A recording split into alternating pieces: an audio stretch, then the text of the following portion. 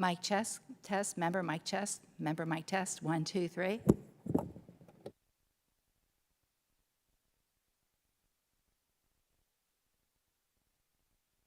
Witness 1, witness 2, test. Witness 3, test, test.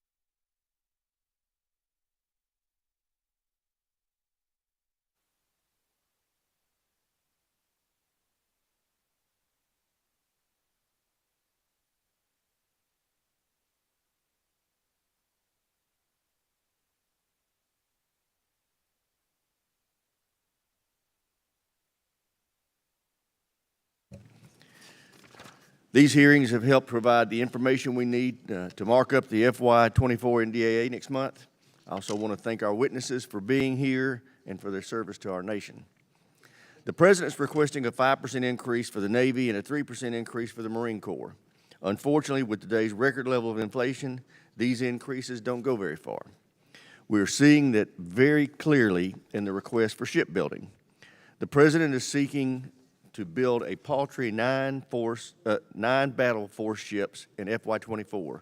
At the same time, he wants to retire 11. Several of these ships have years of service life remaining. The retirement represents a loss of capability, especially for the Marine Corps. The President plans to slash the number of amphibs by 10%, leaving the fleet below the statutory minimum of 31.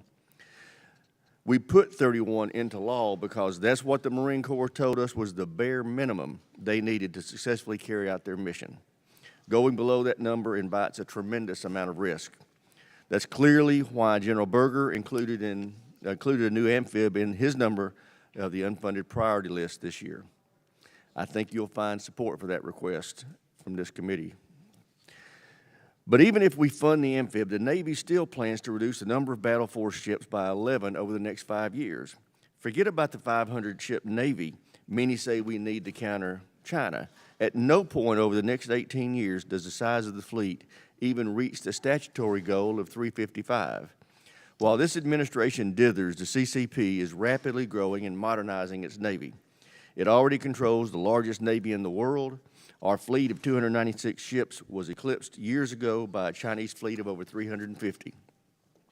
In 2 short years, the DoD predicts the CCP will control over 400 battle force ships. I don't understand how this administration can conclude reducing the size of our fleet will somehow deter China. Making matters worse is confusion surrounding the Navy's shipbuilding plan. It's not one plan, it's 4 plans, each of them with different force structures and total numbers of ships. Our shipyards can't plan, make investments, and properly operate with this uncertainty. It is the absolute worst signal to send to our adversaries, especially the CCP. Finally, I'm also concerned about the strike fighter gap. It's not forecasted to close until 2031. But that assumes Congress grants the Navy relief from the statutory requirement to field an air wing for each deployed aircraft carrier. I would inform the Navy that it's highly unlikely we will grant that relief. The Navy should focus on mitigating the fighter gap in the short term by accelerating planned upgrades to existing fighters, especially the F-35s. They should also expedite the fielding of unmanned collaborative drones and pair them with our existing fleet to enhance capabilities. The point is, we should be modernizing and expanding our naval capabilities. We absolutely should not be cutting them. Finally, I want to commend the Commandant on the progress he's making with the Force 2030 design. Preparing our Marines to be successful in a conflict with the CCP is critically important. Force 2030 will do just that. I look forward to further updates on the progress he's making to transform the Marine Corps into a 21st century fighting force. Finally, this will likely be the last time Admiral Gilday and General Berger will testify before us in their current capacity. I want to thank both of you for your decades of service to our nation and for your dedicated leadership to the Navy and the Marine Corps. With that, I yield to my friend, the ranking member, for any comments he may have. Thank you, Mr. Chairman. I want to start by echoing your last comment and thanking General Berger and Admiral Gilday for their leadership in these current positions. It's not been an easy time to be in the positions that you're in. You've both done an outstanding job. We've always appreciated working with you. And I also want to echo the Chairman's comments at the start about the posture hearings that we've gone through. It's always an interesting and challenging time, but I think it really helps inform this committee about the decisions that we have to make as we put together the NDAA for this year and as we work on the budget going forward. And I think the Chairman's done a really good job of pulling those hearings together. We've learned a lot, had a lot of good, solid debates, and I think it will put us in a good position to do a good bill again this year. I lose track. I think it's the 63rd consecutive year. It could be the 62nd, somewhere in there. It's over 60, let's put it that way. And it's only happened because of strong bipartisan support, and I appreciate the Chairman's leadership in getting us started on doing that again this year. And I think he correctly points out the problem. We have this logical challenge here in terms of, here's what we'd like to do, here's how much money we have. And you gentlemen have to somehow, deal with what I referred to yesterday as our cognitive dissonance here in Congress. At the same time that we're beating you up for not spending enough money, the House majority is passing a bill to cut the overall amount of money that we spend on the discretionary budget. And you're just supposed to somehow figure that out. I used to have this analogy about 10 pounds of manure in a 5-pound bag, but I've discovered that most people don't like that analogy. But I nonetheless think it is apt. And that's what you're trying to do. And it's not easy. And one of the things that we could do here in Congress is just pick the number, all right?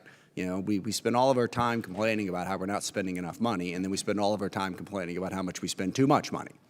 You kind of got to pick a lane on that one, or you're going to put people like the Department of Defense, like all of these fine gentlemen in front of us, in an absolutely impossible position. So you can't both vote to cut the discretionary budget and then complain at the DOD for not spending enough money. Well, that's not true, actually. You can, but it's just not very consistent and certainly not very helpful when it comes to setting policy. I do believe that the challenge beyond that, even if we were clear on the money, is, as has been mentioned many times, you have to both modernize, because rapidly changing technology, whether you're talking about hypersonic missiles, different vulnerabilities, space, JADC2 that we're working on. Modernization, I believe, is the most critical thing that we need to do to make sure that we have the joint all-domain command and control, that we have systems that can get us the information we need and be protected so that every aspect of our warfighting machine is working and is able to deliver what it's supposed to deliver. But in modernizing, you also have to make sure that we have a force right now, today, that can meet our national security needs. And that's where you get into the difficult balance of decommissioning ships now so that you can have the money to build that modernizing force. I won't get into an extended debate on that except to say that part of the challenge here, and I think the cruisers are a good example, is yes, you have a ship, all right, but that ship spends the overwhelming majority of its time in dry dock, first of all, so you don't have a useful ship. And second of all, you have to spend an enormous amount of money just to keep that ship in dry dock. Yes, you have a ship. If you were to look at your little chart, you'd say, well, we got one more. Is that actually helping us if it can't be in the fight and if you're having to spend a lot of money even while it can't be in the fight? Those are the decisions that we have to try to make. And I think the gentlemen before us have done a pretty good job of doing that. General Berger, I know several years ago you launched the effort to modernize the Marine Corps. I'm sure you're aware not everybody liked that, and you get a fair amount of criticism for it. But I think you made the right decisions, you showed leadership, and you put the Marine Corps where it needed to be an effective fighting force today for the world that we face, and I greatly appreciate your leadership on that. When it comes to the Navy, we are battling with the expense of building ships, but I also think that in the last couple of years, we've started to make the right decisions about what the future of that Navy should look like. So I appreciate the leadership, I appreciate the difficult position that you all are put in, and look forward to working with you this year to get a good budget, to get the NDAA done. And I want to foot stomp one final point. We also need to pass appropriations bills. I've heard a lot of my colleagues talking about how we're just going to do a CR this year. That would be a complete and total disaster for the United States military, for the ability of this country to defend itself. I also like to point out that the other 45% of the discretionary budget would also be a disaster for all of that as well. But sitting here on the Armed Services Committee, let's not kid ourselves about the impact that would have on what is supposed to be our paramount duty to defend this country if we passed a continuing resolution. It would be devastating. And with that, I yield back. I thank the ranking member. Now I'd like to introduce our witnesses, the Honorable Carlos Del Toro, Secretary of the Navy, Admiral Michael Gilday, Chief of Naval Operations, and General David Berger is the Commandant of the Marine Corps. Welcome to the witnesses. Secretary Del Toro, we'll start with you. You're recognized. Thank you, Mr. Chairman. Chairman Rogers, Ranking Member Smith, distinguished members of this committee. It's an honor to appear before you today alongside General Berger and Admiral Gilday to discuss the posture of the Department of the Navy. Today, our nation faces challenges in every region and domain we operate in, from the seabed to the stars. We do recognize the People's Republic of China as our pacing threat, executing a strategy that's aimed at upending international order. To preserve our way of life, the National Defense Strategy calls upon the joint force to deter aggression while being prepared to prevail in conflict. A strong Navy and a strong Marine Corps are the foundation upon which the successes of the joint force rests. The President's 2024 budget sends a strong signal to the American people of the value that President Biden and Secretary Austin placed in maintaining a robust Navy and a Marine Corps team to confront the threats that we face today. This year's budget request supports our three enduring priorities. Those are strengthening our maritime dominance, building a culture of warfighting excellence, and enhancing our strategic partnerships around the globe. With your support over the past year, we have made major strides in modernizing our fleet and our force. Now, I know that we often talk about the negatives, but allow me to focus on the positive differences that we've made over the course of the last 2 years. 2022 saw the first deployment to the aircraft carrier USS Gerald R. Ford, providing the Navy with lessons learned that will benefit future Ford-class carriers. Construction of high-end surface combatant continues, including the first Constellation-class frigate, USS Constellation, and the first of our Arleigh Burke-class Flight III destroyers, the USS Jack Lucas, which brings significant advantage to sea. We continue progress on our first Columbia-class ballistic missile submarine, the USS District of Columbia, while pre-construction activities on the second Columbia, SSBN, the USS Wisconsin, have also begun. On the innovation front, Task Force 59 in Bahrain continues to test a wide range of unmanned surface vessels, and we are looking forward to expanding this effort now to the 4th Fleet as well.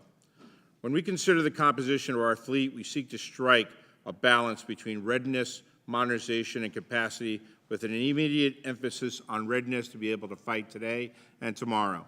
This year, our divestment request includes 3 amphibious ships and at least 2 cruisers that are in tremendously poor material condition, that offer very limited warfighting capability, regardless of how much more investments we put into those ships.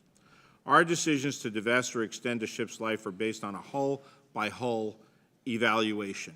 For example, we recently announced the modernization of the destroyer Arleigh Burke DDG-51 to keep it sailing through 2031, 5 years beyond its estimated service life. We hope to be able to continue that trend with other ships when possible. The USS Alexandria just came out of dry dock in San Diego as well, too, with a 3-year extension.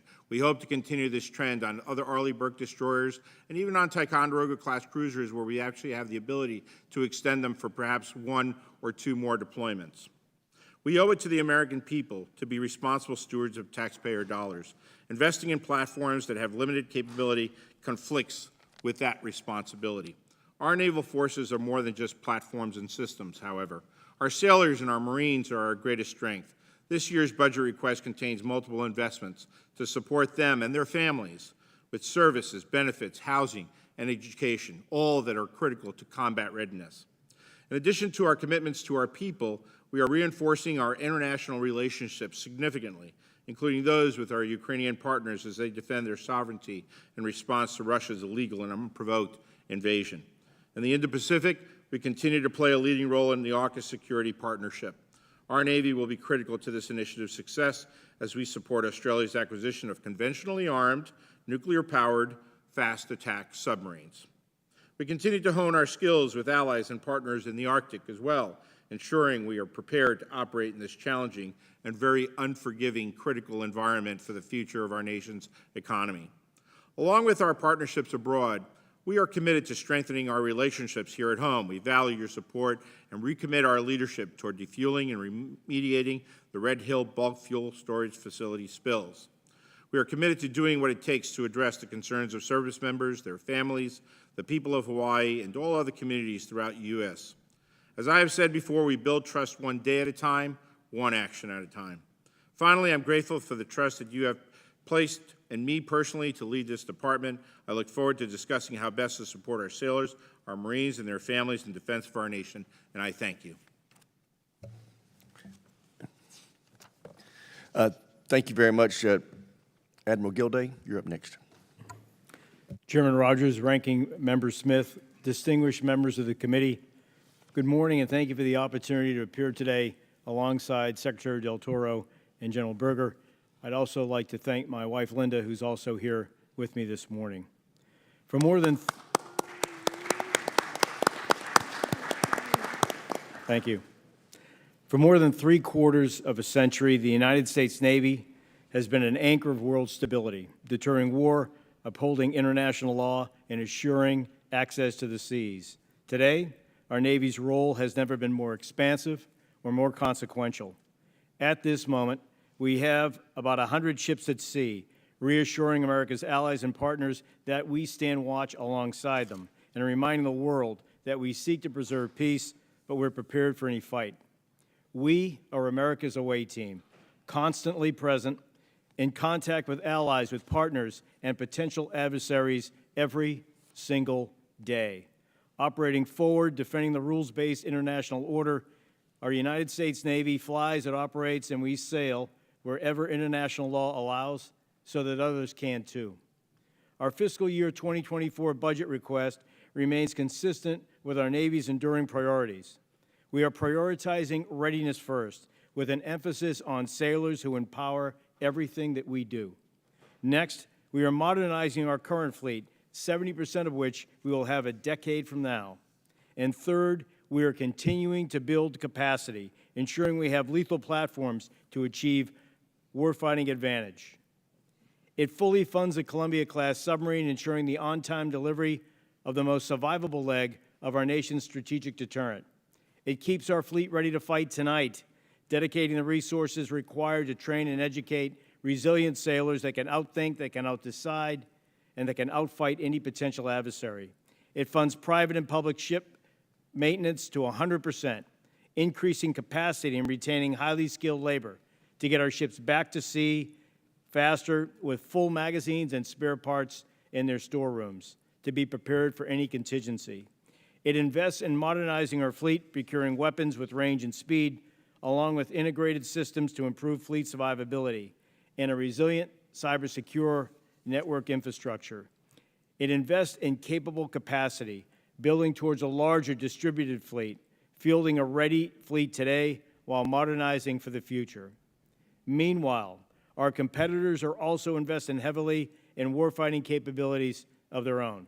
And the oceans we operate in are growing more lethal and more contested every day.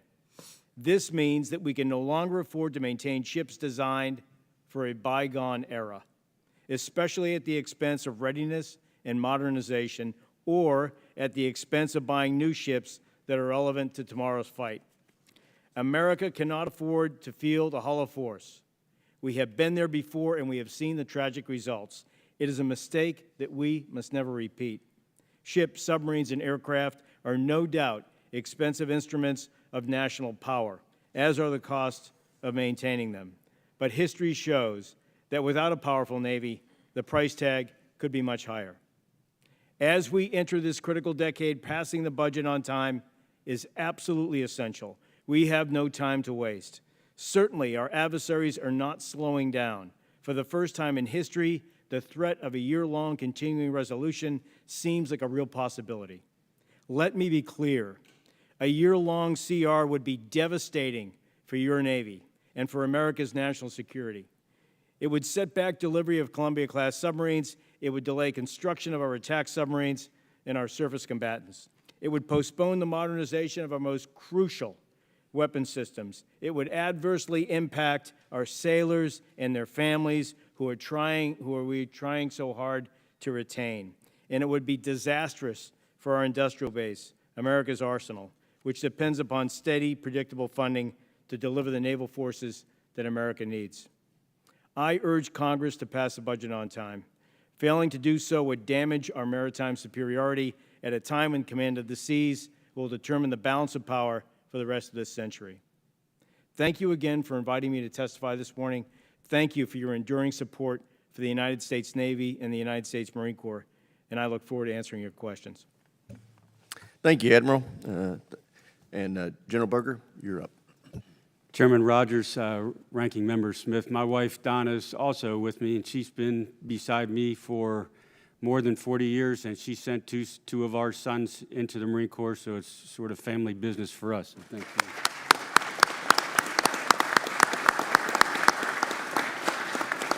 I'm a little nervous because she's sitting behind me where I can't see her right now. As you should be. Yes. 3 years ago, I appeared before you and described how change, rapid change, was required in order for the Marine Corps to meet our statutory requirements and the mandates of the National Defense Strategy. With the bipartisan help of this committee and the support of my civilian leadership in the Pentagon, I'm here to tell you that, as Ranking and Chair mentioned, force design for the Marine Corps is no longer a future aim point. It's a reality today. A couple of examples. In Indo-PACOM, under Admiral Aquilino, Task Force 76.3, designed to put together advanced information webs, and they support maritime domain awareness that the COCOM, so desperately needs. And they took what they learned during experimentation and they put it right into application in an exercise in the Philippines, in Japan, right in China's backyard, which is where we ought to be. In Europe right now, as they were last year, Task Force 61, using new technology and reorganized in a different way, they've created both air and maritime domain awareness for 6th Fleet, working for the fleet commander, primarily focused on Russian air and naval capabilities. They're in Estonia right now. Marines are in Estonia doing the same thing. They'll be there for the next 3 months. And in Central Command under General Kurilla, Marine Corps MQ-9s, they're providing the ISR that he needs, the awareness over the key maritime terrain, and that's exactly what we should be doing. This week, there's a major exercise in the Philippines, Exercise Balikatan. Our new Marine Littoral Regiment out of Hawaii is in the Philippines, and they're applying the new equipment and the new techniques that they've developed with the Philippine military and several other militaries right alongside our counterparts. I think that's what you expect.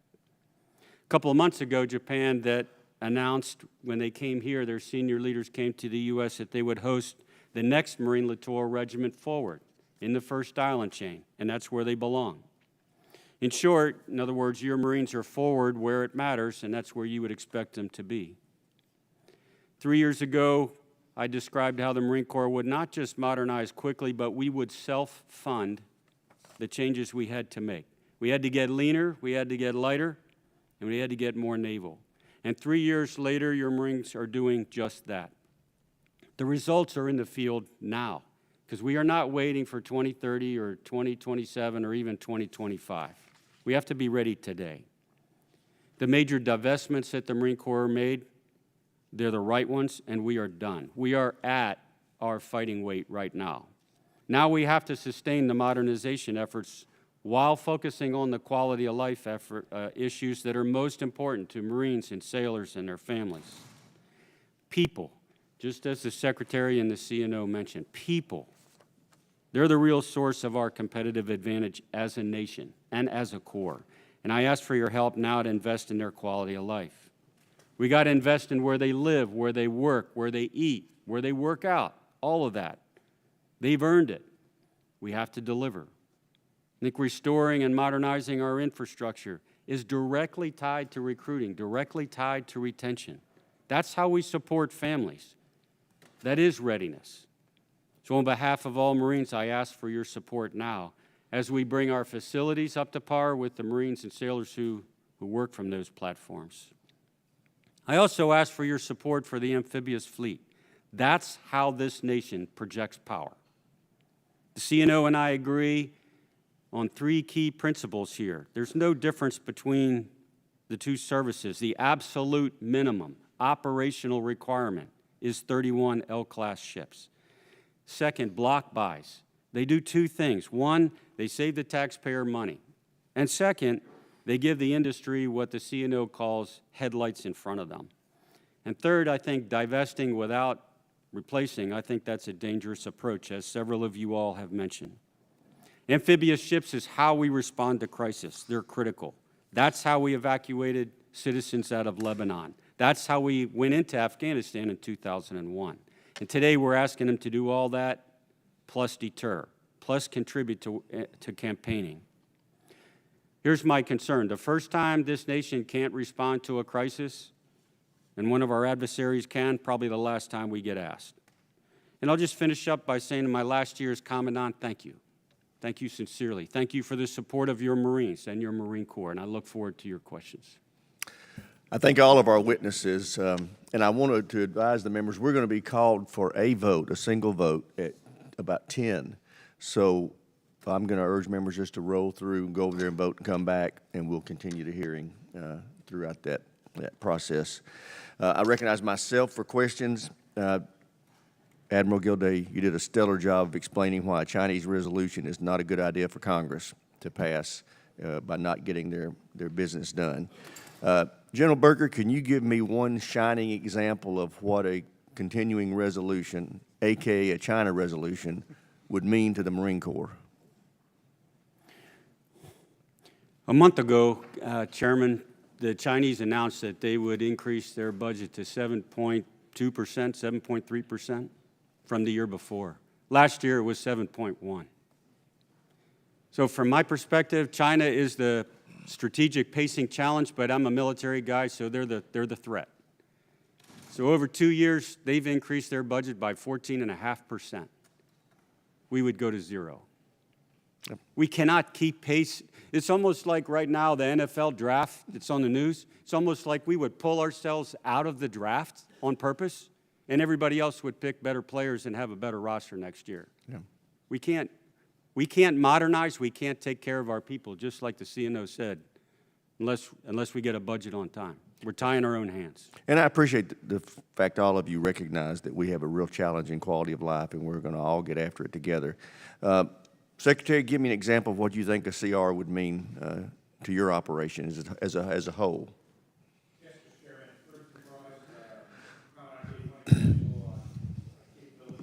Corps would have a huge impact on all our personnel, on the training. My second serious priority is about strengthening our work across the board. There are numerous examples where we would actually have to hold back on training for our pilots or certain work officers, our submarines, because we didn't have the necessary funds to move forward with their training and the investments that we also want to make in the programs of their training to advance those technologies as well, too. And then finally, on the shipbuilding side, it would have a negative effect on Columbia. It would have a negative effect on just about every major platform that we have in the Department of the Navy. Yeah, and I want everybody to know that we get into a conflict in Indo-PACOM. These folks in front of us are at the tip of the spear. We cannot let them go without funding in a timely manner. General Berger, if we drop below the statutorily required 31 amphibious ships, what does that do to your ability to meet operational requirements and project strength? Couple of things. First, we would have gaps during the year when we would not have an at-sea capability for the combatant commander when something happened. We would not be deterred. We would not be in a position to respond. Here, places like Turkey or last couple of weeks in Sudan, I feel like I let down the combatant commander because General Langley needs options. He didn't have a sea-based option. That's how we reinforce embassies. That's how we evacuate them. That's how we deter. So one, the crisis part. Two, the deterrence part. It opens up risks for the combatant commander. We have to have 31 at a minimum, nothing less. Okay. Ms. Secretary, how long is your strategic pause for amphibs planning to be? I hope it'll be as short as it can possibly be. There is unquestionably a need for heavy lift when it comes to fulfilling the Marine Corps' responsibilities in Indo-PACOM and crisis situations around the world. I support the 31 amphibious requirement. The question we have is that we have some LSD platforms, for example, that cannot be made operationally available to fulfill the requirements that we need in the ARG-MU combination. Therefore, we need to retire some of those LSDs so we can use those monies more wisely in the investments of future LPDs in the future. Good. Thank you. I yield to the ranking member. Thank you. Mr. Secretary, one of the things that comes up frequently is the survivability of Navy platforms, and I'm interested in actually all of your answers on this. But as we're building, aircraft carriers, destroyers, and all of that, there's a lot that goes into survivability. But can you reassure the committee that even in a China fight, even in a fight against a peer competitor with sophisticated missile technology, sophisticated jamming technology, that we are moving towards a modernization plan here that will enable our Navy to be survivable in that type of fight and how that plays out? And I guess the second piece of that, what's most important for us to invest in to make sure that that's the case? Congressman, first let me state that we obviously in the construction of our naval ships and all our platforms for that matter, try to make them as survivable as possible in every way. And I think if you look at the Ford aircraft carrier, for example, and the testing that was done on Ford with the explosions to test out its material readiness, proved that out, that the investments that we made in, technologically speaking, in its hull, to strengthen its hull and all the weapon systems on the aircraft carrier itself, truly paid off. And the CNO could talk about that more in detail. But that's a worthwhile investment. But we should also consider the fact that today, given the long ranges of weapon systems of our adversaries, and we are going to operate in the high threat area and the weapons engagement zone. It extends out to the west coast of the United States right now, for example. And so we have to continue to develop weapon systems that are going to be effective in masking themselves within that weapon engagement zone so that their ISR capabilities can't detect them. Thank you. Admiral Gilday. Yes, sir, thanks for the question. I think it's an important one. I think maneuvers are really important, and the question is, how do you enable that? I think you have to leverage all domains, particularly, we can't talk about it in detail, but cyber and space. And so what the operational commander wants to do is to blind the adversary so that we can put ourselves in a position of maneuver, in a position of advantage to deliver effects. You spoke to modernization. I'll talk about a few investments that we're making that I think that are worth doubling down on. High-powered microwave and directed energy. We already have lasers on board 7 of our ships. We are slowly increasing that and need to pick up the pace. Electronic warfare systems. Advanced systems, in fact, in my unfunded list, I've added on there for both destroyers and for the carriers because we know that that has an effect with respect to deception of the adversary. The extra power capacity that we're putting into frigates, that we put into the Ford carrier, allows us to backfit with these modernized systems that'll make us more survivable. And the last thing I'd add is that the potential here with unmanned, particularly a medium unmanned vessel that you put a power source on, and then you can outfit it with a high-power microwave or directed energy, that's the way of the future for probably broader area survivability. And just following up on the amphib question, so there's sort of 2 possibilities here, because the basic reason you're not going to hit the 31 is you're the mothballing, wrong word, you're shutting down a couple of them before you build the new ones. Is it the case that you're doing that because you just don't have enough money to keep them going and fund the things going forward, or is it the case that those ships are no longer worth the cost of keeping them going? Congressman, let me give you a personal example. I visited the Germantown, which is in San Diego, and walked her decks. She has a crane. Her main crane on the Germantown has not operated in 6 years. We've even had the OEM over to try to fix the crane, and we can't get it to work properly. She's the ship with the oldest, actually, wood deck, which is also deteriorating. It would cost approximately $500 million to replace that deck, replace that crane, and the best that you could do is actually, perhaps, if you're lucky, get 1 additional deployment out of her. I would much rather use those funds on a brand new LPD that could have capabilities that last out 20-plus years and be far more effective and provide a greater return on investment for the Congress and the American taxpayer. That certainly makes sense. And then what we have to do is to make sure that we provide you the funds to do that and make sure that we can build that new one and that we can deliver it on time. Because that's where we really get into trouble here on all of this is as, programs move to the right, as they say, and then it makes us fall further behind. So thank you very much. I yield back. Chair, and I recognize the gentleman from South Carolina, Mr. Wilson, for 5 minutes. And thank you very much, Chairman Mike Rogers and Ranking Member Adam Smith. It's great to see the bipartisan support for our extraordinary persons who are here testifying today. And I appreciate so much your service to the country. I was grateful to have 31 years of Army service. 3 of my sons joined the Army, and then 1 went astray and joined the Navy. And I'm just really grateful that he's currently orthopedic surgeon at Beaufort Naval Hospital, gluing Marines back together. And so we really appreciate his service. And then, of course, we appreciate Parris Island, which, of course, is an extraordinary location just north of Hilton Head. And so everybody needs to visit. And with that, General Berger, we appreciate 17,000 Marines annually come through the Marine Corps Depot at Parris Island. It's been so inspiring to me to see young people talking to their family members, explaining at graduation, I'm the slug and human debris you sent here. They don't recognize them, so it's a positive transformation. Additionally, I'm really grateful for the activation of Camp Blas at Guam, the incredibly strategic territory of our country. It indicates, of course, the forward posture we have of the Indo-Pacific, and again, the patriotic people of Guam are so supportive as they work for peace through strength. With that in mind, General, the Marine Corps has shifted their focus toward forward persistent presence throughout the Pacific to deter strategic attacks against America and our allies. And of course, yesterday was extraordinary. We had the opportunity to have an address to Congress by His Excellency Yoon Suk-yeol, the President of Korea. He cited the miracle of the Han River, where his devastated nation had an income after the Korean War of $67, and now it's over $30,000 per capita. And so how incredible, due to free market democracy and working with the United States. With that in mind, how are we, General, being prepared in the Indo-Pacific?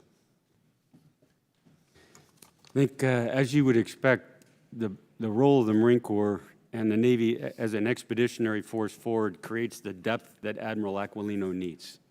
So essentially, you want your Marines forward persistently 24/7 every day of the week.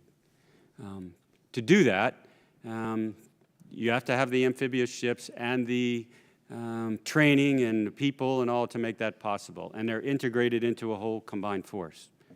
Guam is the forwardmost hub, as you said, critical to project power forward from. I think for the next 10 or 15 years, you're going to see that grow in strategic importance to the U.S. and the importance, as Admiral Aquilino says, to defend it. I would say for us, we have to work hard on the ability to distribute, which the CNO talks about all the time, and then the ability to sustain that force logistically, because we have protected lines for decades. Now it's going to be contested. So we have work to do, but I think the role of your Marine Corps, I know the role of your Marine Corps is forward all the time persistently. Well, again, I appreciate so much. You're really giving opportunity to young people to serve, and I was grateful. My late father-in-law was one of you. My late brother-in-law was one of you, so we appreciate Marines. And Mr. Secretary, the ability of the United States to maintain U.S. shipbuilding and repair is critical, and geopolitical issues have demonstrated how important it is. What are your industry concerns about ensuring the rapid production and replenishment of the U.S. Navy? There are multiple concerns, Congressman. It starts with the labor force. We need a really strong blue-collar labor force in this country to actually support our shipbuilding interest across the shipyards around the country. We obviously don't have enough of them. We've shut down too many in past years, but we got to rebuild those. And so another concern I have is working with smaller shipyards, for example, so that they can actually come on board and do Department of Defense work and work as subcontractors to the larger shipyards so that we can increase productivity. So labor force across all shipyards, getting smaller shipyards to work with larger shipyards. The case in Austell, for example, that is now building steel to support our Columbia-class program at Electric Boat is a perfect example of that. I believe Austell is looking at hiring close to 1,000 more people over the course of the next year. So we need more labor. We need more legal immigration. We need more work visa programs that can bring the types of folks to this country that allow us to work in the shipyards. That's my primary concern. Of course, I meet constantly with the CEOs of all the shipyards to understand how well they're moving with regards to their production rates. I believe on the destroyer side, we're getting a lot better now to the point where we can build, 1.8. Gentleman's time's expired. Chair, and I recognize the gentleman from Connecticut, Mr. Courtney, for 5 minutes. Thank you, Mr. Chairman, and I want to join my colleagues again in congratulating Admiral Gilday and General Berger for your amazing service. I think it's worth noting that during your tenure, you had to deal with a global pandemic, but the mission of your departments didn't come to an end or pause, and you were able to balance all of the operational challenges and public health challenges so successfully, and I think that certainly should go down in the annals as a sort of bonus points in terms of your service. You also served at a time in the last administration where there were 5 secretaries of the Navy or acting secretaries of the Navy, which is a record which hopefully this country will never experience again in terms of the instability of civilian control. And again, I want to thank both of you for really being pillars of stability during that time period. Secretary Del Toro and Admiral Gilday, again, we had the honor of being at Navy Base Port Loma back in March when the AUKUS announcement was rolled out, the optimal pathway, 3 heads of government, 3 navies together with the USS Missouri in the backdrop, really announcing what I think David Ignatius called the most significant security agreement in decades, which is, again, to give our great ally, Australia, the undersea capability to, again, be part of an effort to deter in the Indo-Pacific region. Admiral Gilday, right after that announcement, the Minister for Defense and Industry for Australia, Pat Conroy, announced that Australia will be investing $3 billion directly into the U.S. industrial base. I mean, this is Australia investment into the industrial base of the United States, which is, again, unprecedented and certainly shows the level of commitment of that nation to this undertaking. You and I were at the shipyard about a week and a half ago talking about the fact that, integrating the industrial bases, which is key to successful execution of AUKUS, is going to require some work by Congress in terms of making sure that the restrictions in terms of foreign nationals being able to be even in the shipyards or also have access to different points. And we have to fix that in Congress. So I wonder if you could just sort of talk about, again, how that is really so instrumental and required for this alliance to work. Sir, I think when I look across the 3 nations involved in AUKUS, particularly Australia and the United States, I think about manpower as the biggest challenge that we all have. And I think with respect to getting the Australian experts into our shipyards, into our submarines without any restrictions, this is a fellow Five Eye nation that we trust with our most sensitive intelligence, and they trust us with theirs.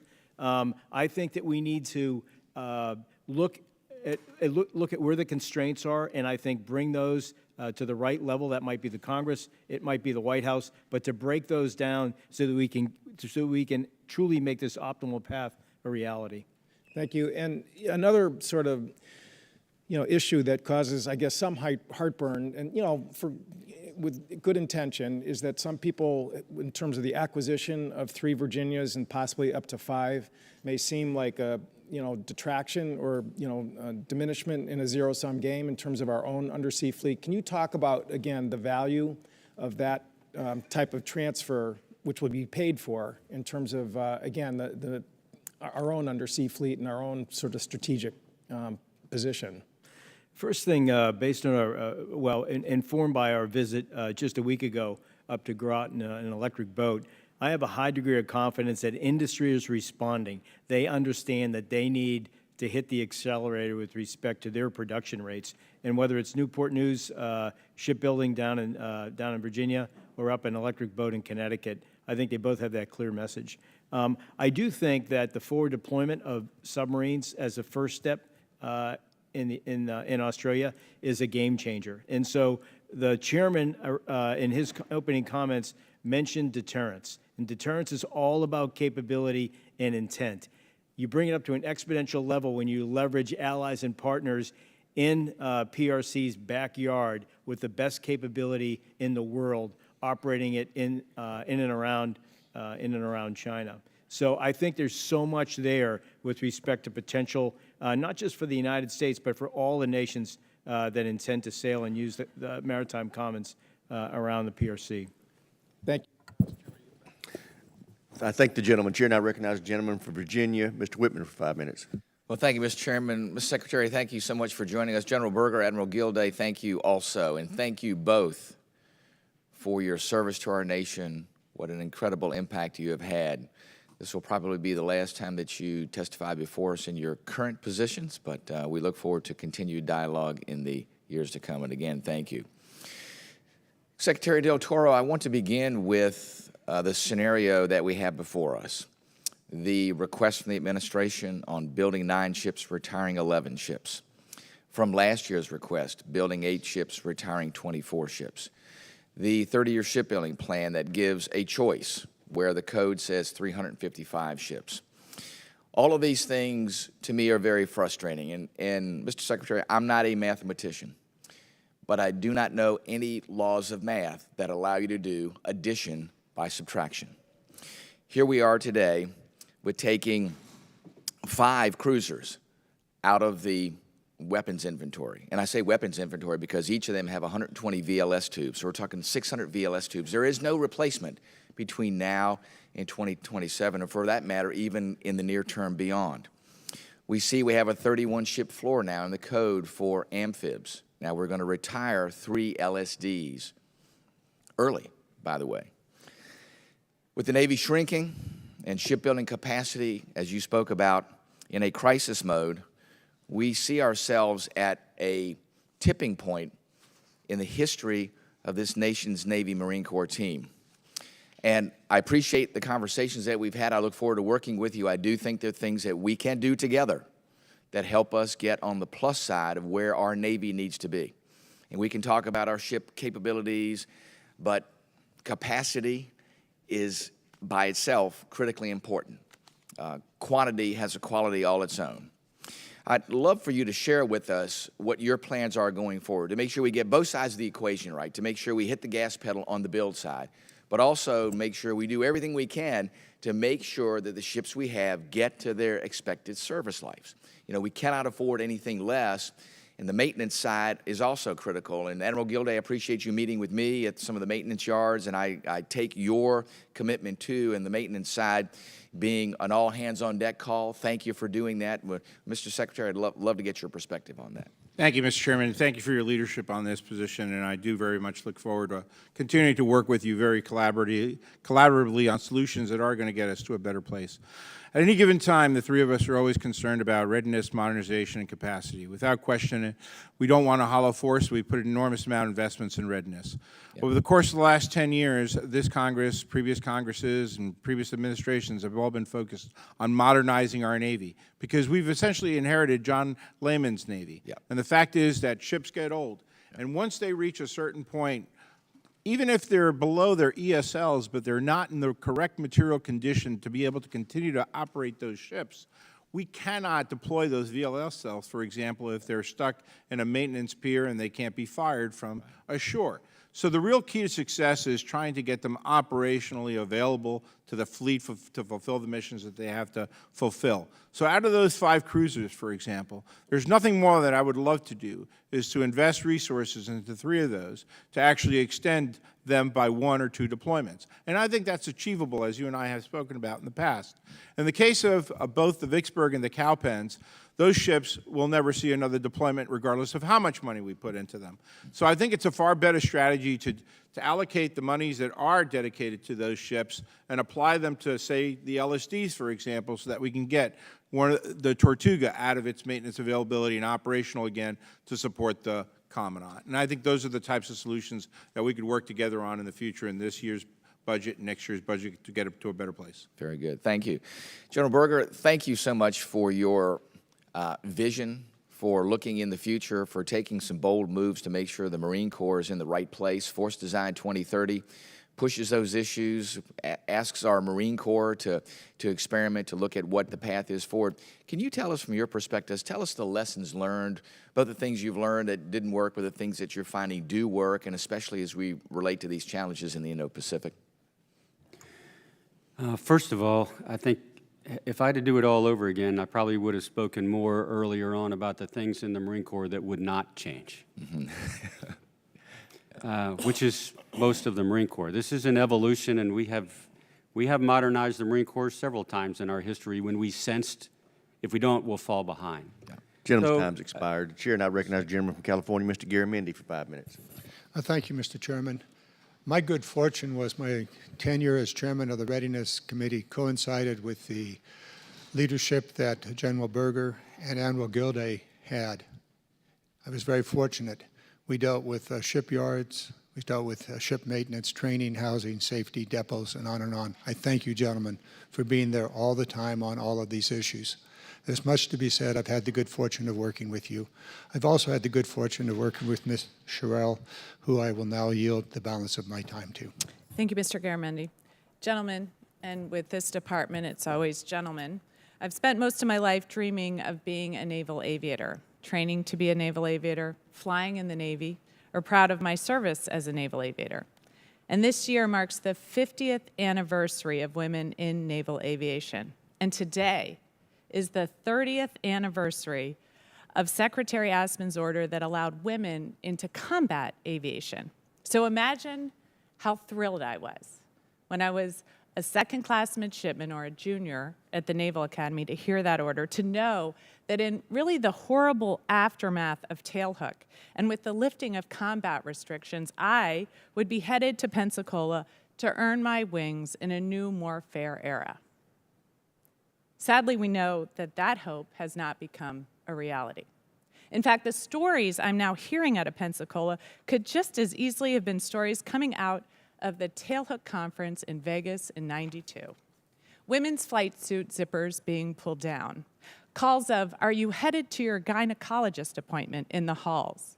Rides home being offered by flight instructors only to have those women taken to that instructor's house and forcibly kissed before she escapes. But you know the worst part about it, and the part that makes me see red, and the part that truly speaks of the dearth of leadership in the Department of Navy and in our Marine Corps, is when those women step forward to report these things, they're shut down. Punitive measures are being taken against the women that report it, and their careers are ended or being put in jeopardy. So, is this the price that women are expected to pay to serve our nation in our Marine Corps? Is the message after a shoddy command investigation that failed to even interview witnesses that the price of entry into aviation is hazing, harassment, and sexual assault? It should really come as no surprise today that we have a recruitment and retention disaster when it comes to women in naval aviation.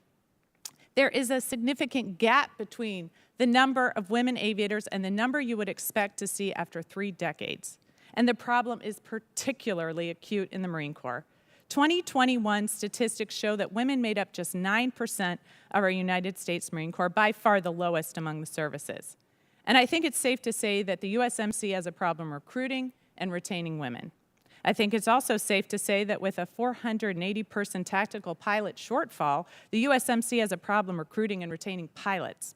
And the statistics just get worse. 0 4-star female general officers in the history of the Corps. Less than 15 female general officers in the Corps ever. And I'm sure you're aware there are significant problems with sexual harassment, sexual assault retaliation, and a toxic workplace climate in flight school in Pensacola.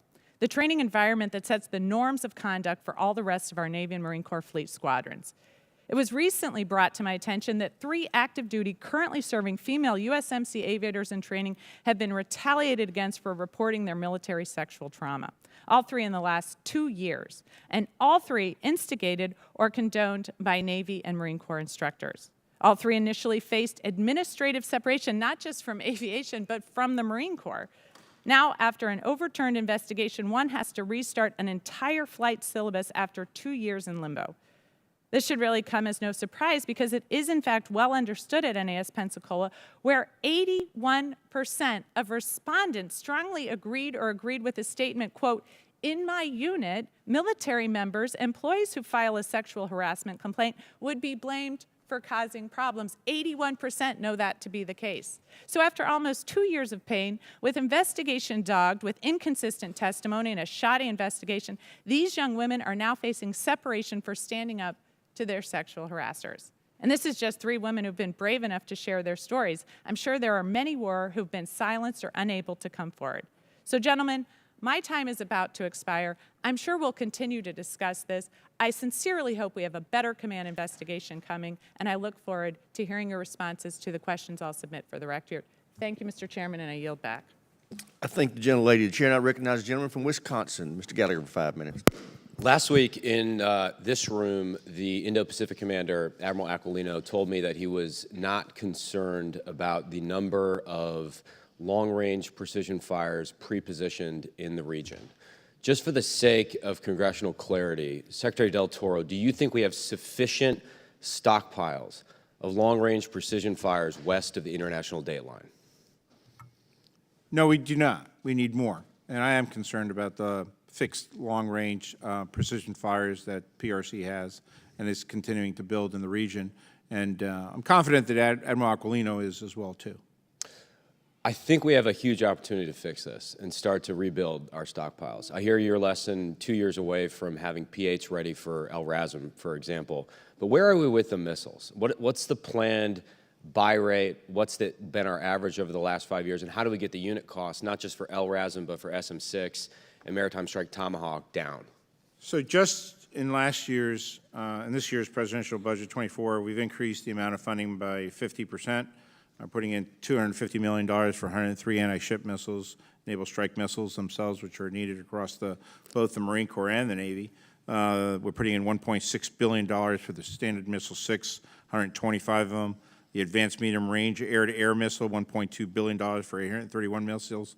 In the case of the El Razum, $1 billion for 118. What does that buy us, though? Like, what's our target per year? What it buys us actually is it sends a very strong signal to industry as well, too, that they have to get their production rates up so that we can actually build these missiles faster. I think, at least for me, I think we need a target for a number. I think we've averaged about 40 a year over the last 5 years. There's claims that we can get that above 200. I think we should test those claims. But as for getting there and getting the unit cost down, to me, the solution is obvious. We have multi-year authority. We need multi-year appropriation. I don't know, Admiral Gilday, you look like you're chomping at the bit. So as the Secretary was mentioning, we have 4 multi-year contracts proposed in this budget. Naval Standard Missile with the Marine Corps, SM-6 with the Marine Corps, El Razum and AMRAAM with the Air Force. Sir, I'll get back to you on precise numbers, but what we're trying to do is absolutely maximize the production output of those factories. And we did it last year, and in last year, the UPL that I submitted essentially was for extra weapons to maximize those their production rate this year. That's what we're trying to do. In terms of savings for those 4 categories I talked about, 15% savings doing a bundle buy. Well, I would say if we can't get the appropriation that we need, a multi-year appropriation, I just would suggest, I know we got a little bit, but it's well below the authorized number.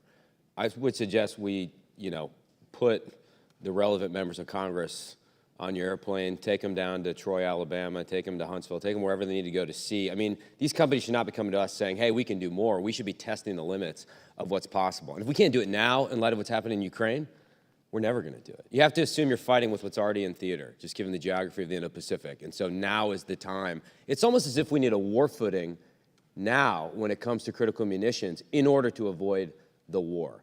And that's what we want to partner with you all on. In the time that remains, when can we expect to see a Maritime Strike Tomahawk on surface ships, and what's your planned buy rate for that? I don't know if that's Admiral Gilday. Sir, I don't have the planned buy rate at my fingertips. I don't want to give the exact date. I would say very soon, Maritime Strike Tomahawk, in terms of integrating that capability. Will we have unmanned surface vessels with launch tubes ready this decade? Yes, we will. And then how do we, you can elaborate. So right now, we'll begin procuring our first large unmanned vessels in 25. We have 5, we're looking at 5 in the fit-up. The intent is to outfit those with missile tubes, essentially give you a missile arsenal with with missiles with range and speed. And then my colleagues mentioned our inability to even go in the right direction towards the goal of a 355 ship Navy. In order to do that, you gotta build more frigates. I know I'm a homer on this one, but Admiral Gilday, give me your assessment of how we right now, sir, we only have 7 shipyards, and so just a touch of context. For 20 years, the Navy hasn't been a priority for obvious reasons for the ground wars in Iraq and Afghanistan. We've turned the tide now. 57 ships in construction, another 77 on contract. Again, we're trying to maximize the output of those facilities. I do think we're on a path with frigate to a year up in Wisconsin and to open a second yard with hopefully So eventually 4-year. 4-year. And my time has expired. Thank the gentleman. I would inform members that we have been called to the floor to vote. We have only one vote, so I would urge you to move over. We're going to keep that hearing rolling. And if you have a question, you need to get over there and vote and get back. With that, I recognize the gentleman from New Jersey, Mr. Norcross, for 5 minutes. Thank you, Chairman. Appreciate it. And to the witnesses for being here, particularly Admiral Gilday and General Berger for your service. Really appreciated working with you over the years. General Berger, I want to talk about the Humvees. We've seen the reports on the news of the turnovers and the loss of life, and the Army is very much getting at using the new technology to avoid those rollovers. I think the Marines have somewhere in the 17,000 Humvees. Two-part questions. How many of those would be eligible for the upgrade, and why haven't we started to upgrade those to avoid what we've seen, the reality of young men and women being killed? Thanks, Congressman. About 2,000 of our Humvees would be the ones you're speaking of that we could upgrade. So in weighing the benefit of should we put the money into the Humvees to upgrade them as old as they are, or should we buy new JLTVs, it was an easy decision for us. So we're putting the money, instead of investing into the old Humvees, we're going to retire them and buy new JLTVs. They're built from the ground up safer. No question about it, I agree with you. So does that mean those 2,000 will not be used until the new ones come on? They're still in the field right now, but they'll be retired as we bring on the JLTVs. So I understand that. They will cross at a point that we can do it on some of those because it will be years.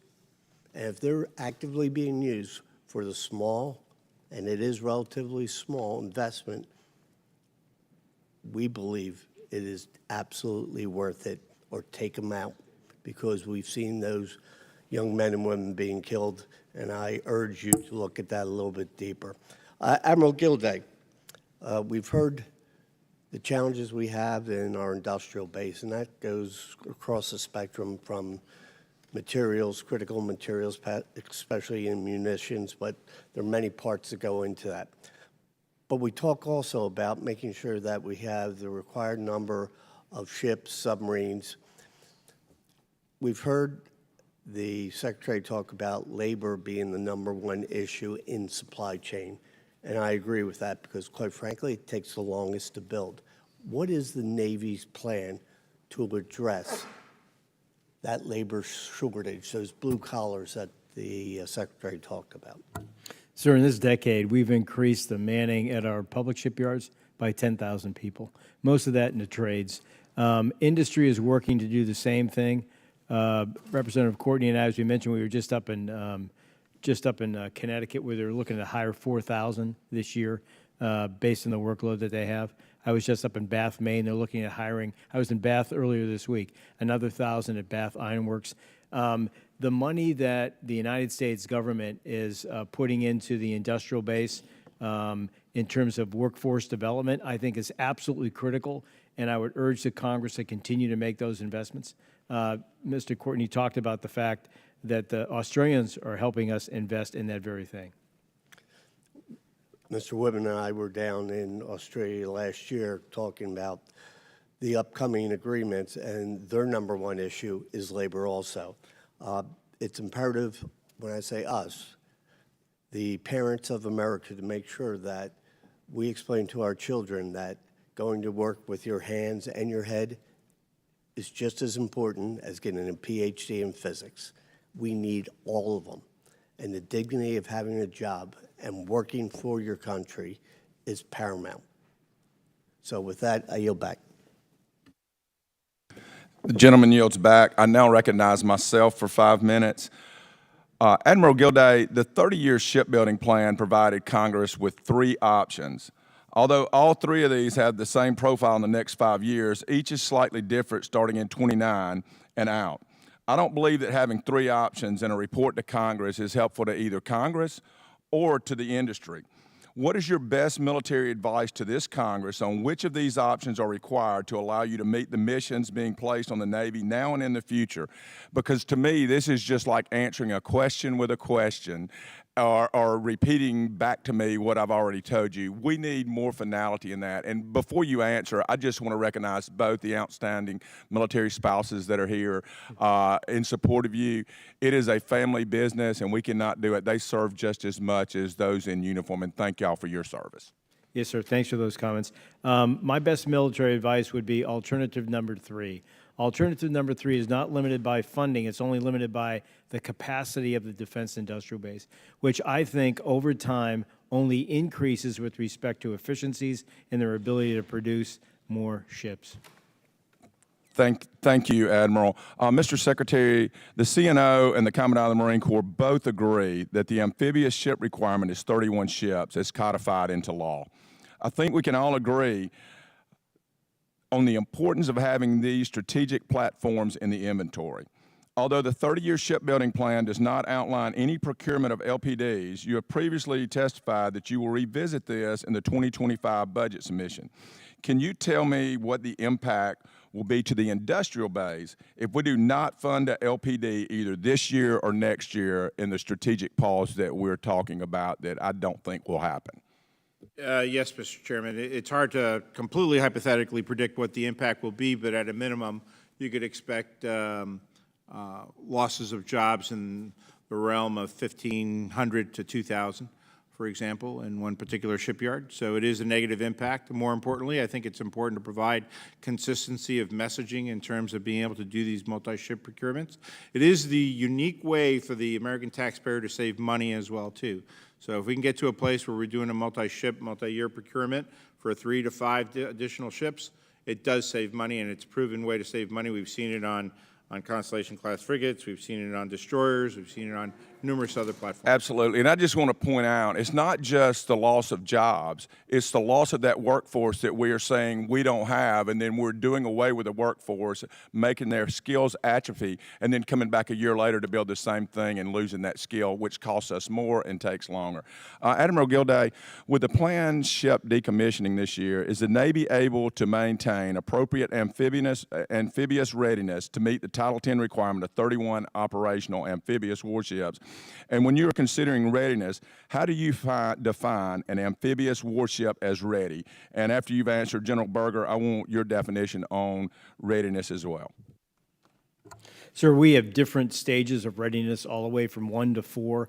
And so readiness levels 1 and 2 are our highest, and those are the ships that we are considered ready to deploy. So they're manned, they're trained, they're equipped, they're certified for combat operations. We do that with our teammates in the Marine Corps together in terms of the certification exercise, and then we push them out the door. With respect to, with respect to numbers, no, I'm not satisfied with where we are with respect to maintenance and readiness of the force. It does need to improve. That's why readiness remains our top priority, and maintenance, the proposed funding's at 100%. And General Berger, I'm going to add a little to yours. Commandant, you recently stated there's been a 20% decline in Marines serving aboard ships since 2018. Which you attribute to a lack of amphibious ships availability. Has amphibious ship readiness impacted the Marine Corps' ability to contribute forces across the world, as well as your definition with the remainder of my time? Sir, it has. Concisely, yes, it has affected the readiness and availability, has affected our availability to be on the water to respond. Absolutely, yes. As far as the definition, we share the same definition because we're a naval force. A ready vessel is one that's manned, trained, equipped, material conditions ready to go, and the Marines are trained aboard that ship because it operates as a system. That's an available ship. And in my final comment, in my last 20 seconds, I just want to say, when we talk about decommissioning ships, sometimes we get the product that we try to do. If we say something's going to be broke the entire time and make sure that it's broke, it's going to be just as broke. But we have to get the ships, when they're told to be seaworthy, we have to get them to sea, regardless of our personal view on whether it should or not. And I yield back. I now recognize my friend, Mr. Gallego. Thank you, Mr. Chairman. General Berger, you've outlined an ambitious plan for force redesign 2030. However, new threats are emerging each day that won't wait until 2030. The need to modernize and potentially deter adversaries.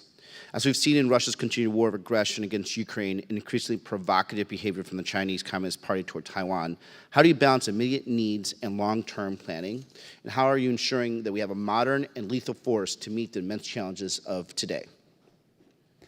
Thanks, Congressman. First, I take probably a little bit different view on an either-or decision. In other words, you can either modernize or you can have a ready force. Both of us, all three of us, are responsible to do both, as you accurately point out. We have to be ready today. The Marine Corps is America's crisis response force by statute. So that's not an option. That's not something I can not do. We are ready, very ready. But if we stay stagnant, if we don't change, if we don't stay in front of the threat, then 4, 5, 6 years from now, if Russia continues on the trajectory they're on, they'll have advantages we can't tolerate. We have to do both, and I'm very comfortable that we're there because the forces that are deploying right now, Congressman, aboard ship and unit deployment program, they are very ready with what they have right now. But they are also leaning into the future, testing new concepts, testing new systems. They sense that if they don't move now, we'll be behind, and that's not acceptable. Thank you, General. Admiral Gilday, your testimony highlights the incredible speed with which the CCP has increased its Navy, tripling in size in only 2 decades. This dynamic makes it all the more important that we maintain the technological and intellectual edge. How is the Navy ensuring that we maintain this advantage, and are there any particular gaps where we need to focus more attention, and how is the Navy prioritizing those areas? Sir, thanks for the question.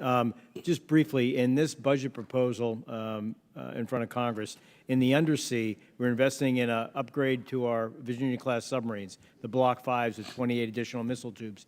We are increasing the capability of our torpedoes, including our heavyweight torpedoes. We are deploying unmanned vessels, unmanned robotics out of torpedo tubes of our submarines. We're investing in advanced electronic warfare systems on our surface ships. We're investing in Standard Missile 6. We're putting hypersonics on the Zumwalt-class destroyers. And we're investing in Maritime Strike Tomahawk. For aviation, F-35s with a fifth-generation capability. Our fourth-generation F-18 Super Hornets, we are right now taking them through midlife modernization to bring them from 6,000 to 10,000 hours with an advanced combat systems. We're investing in weapons with range and speed like LRASM. We're putting that weapon on P-8s. We're investing in MQ-25, the drone that will be able to do refueling and more. And so those are the modernization efforts that we have ongoing, not to keep pace with China, but to stay in front of China, with a fleet 70% of which you'll have in the water a decade from now. And Admiral, the goal is obviously a deterrence, and that's obviously what we're always trying to do here. But is there a level of technology that is below what we have right now that is also that we could create denial? For example, are there things currently in our armory that we could be using or retrofitting right now to help deny China's invasion of Taiwan? And this could also go to Secretary Del Toro, because at the end of the day, if we stop China from invading Taiwan, it's over. And it doesn't necessarily mean we need the most sophisticated weaponry to do that. We just need the weaponry that can do the job. Is there something that we have in our armory right now that we should stock up on more that would actually do that? So one of our requests is for additional mines, but also our first large undersea vessel is in the water right now off the coast of California in testing. That testing is going fairly well. There'll be 5 more additional UUVs that follow that one. That platform has a clandestine mine laying capability, and that will be a game changer for us, to your point, about making an investment in something that'll change it. Secretary Toro. Just adding very quickly, Congressman, I think the investment that we make in Counter 5 ISR as well, too, Operation Overmatch, which we can't talk about publicly, but that has significant impact on their ability to do what they wish to do on day one. Excellent. Thank you. I yield back. Gentleman yields back. I now recognize the gentleman from Nebraska, Mr. Bacon. Thank you, Mr. Kelly. We thank all three of you for being here. And I just had to run a vote, come back, so catch my breath here real fast. But we thank you for your leadership. My first question is to Admiral Gilday. I'm working on a quality of life panel here. We're going to start up. It's a subcommittee that's going to start in June. We're going to focus on a lot of different areas to try to improve the quality of life. One of the things I hear about the Navy is that a significant number of our junior sailors who are not married have to stay on the ships when they're in port. And that's even in the midst of like maintenance and the loud noises that go on to repair a ship to get it ready to go up back out to fleet. And that's the quality of life for those sailors are not good. First of all, what's your take on that? Am I hearing this correct? 2, do we need to be investing in more barracks at our ports? To your last question, we are with respect to barracks significantly across the FIDP. If I could give the example of San Diego right now, we've got 3 carriers in port. And so E1 to E3s by law are not allowed to have basic allowance for housing if they're on sea duty. So they have to stay on the ship unless that ship's in maintenance. What we've done with those 3 ships is to the maximum extent possible, we have put those sailors in the barracks. To ease the strain, we have taken E4s that have less than 4 years of service, and we have the ability to waive the requirement or to waive the restriction for BAH and to actually allow them to get a housing allowance to get them in the ship. So based on the constraints that we have in the law and and the available housing, we're trying to do the best we can to get people ashore. We've cut a deal with landlords in San Diego as an example, and we're working this in other places where they're giving our sailors below market price deals on their properties. We guarantee a steady throughput so they won't be vacant, and they also waive the security deposit. So we are trying to get at that very piece with respect to quality of life. Just to follow up, I hear, like in our facilities in Japan, that it's some of the worst conditions for a lot of our sailors. Are you hearing the same thing? So I'd say that, and the Commandant spoke about this in his opening comments, it's an area that we have not put sufficient focus on for the last several years, and that's why you see significant increases in both our MILCON and our restoration and modernization budgets, and it's reflected in our unfunded list as well. It's among the top priorities of the Secretary. Thank you, Admiral. Secretary Del Toro, we've had a requirement for 355 ships for a while, but we're under 300, and that number is going down, the way I understand it. Do we have the right number at 355? Should we be rethinking our strategy? It seems to me the strategy is right, but we're not funding or building towards that goal. So, Congressman, I do believe 355 is the right number. As you know, there's a Battle Force strategic assessment and requirements review going on right now that will be completed by June. I don't want to assume what the outcome of that will be, but I suspect it won't probably change much from the 355 ship number. And also looking at 150 unmanned ships as well, too, which is really important for the future. The question is modernizing the fleet now, getting rid of those ships that don't have the greatest capability for us to be able to deter against China and other adversaries around the world, so we can use those resources more intelligently and more valuably in the future to get even more ships for the future. The image I'm getting, and not just for the Navy, I see it in all of our services right now. We know we have to grow for the future, but we're all shrinking. And yet we know this vulnerability with China is imminent. And so I just feel like as a Armed Services Committee, I just think we need to sit back and just make sure we're funding you appropriately so we're not falling backwards. But General Berger, I just got 1 minute. If I could ask you, what's your number one quality of life issue that we can help you out in the Marines? Overseas, I'd say you're probably hearing the same thing as me, medical care. After that, family housing. After that, child development centers. Here in CONUS, more family housing and medical care and child development centers. All 3 of those are pretty common to refrain here in the U.S. and overseas, both. But medical care, huge right now. Well, we appreciate those inputs. Thank you to all 3. I look forward to tackling all these issues on the panel. Thank you. I yield. Gentleman yields back. I now recognize the representative from Hawaii, Ms. Takuda. Takuda, thank you, sir. All right, Mr. Secretary, I definitely appreciate your affirmation and further commitment to Red Hill. I think we both agree this is something that will be a continuing earning back trust every single day. On that note, there's been some concern among community members in Hawaii that the Navy's consideration of reuse options of Red Hill could pave the way for future fuel-related uses. Even after the Joint Task Force Red Hill completes its defueling efforts. Recently, Assistant Secretary Berger stated that the Navy will not pursue any beneficial reuse options that would contain potential contaminants. Can we confirm and commit to this committee and the people of Hawaii that there is no future after defueling in which Red Hill will ever again be used for fuel-related options?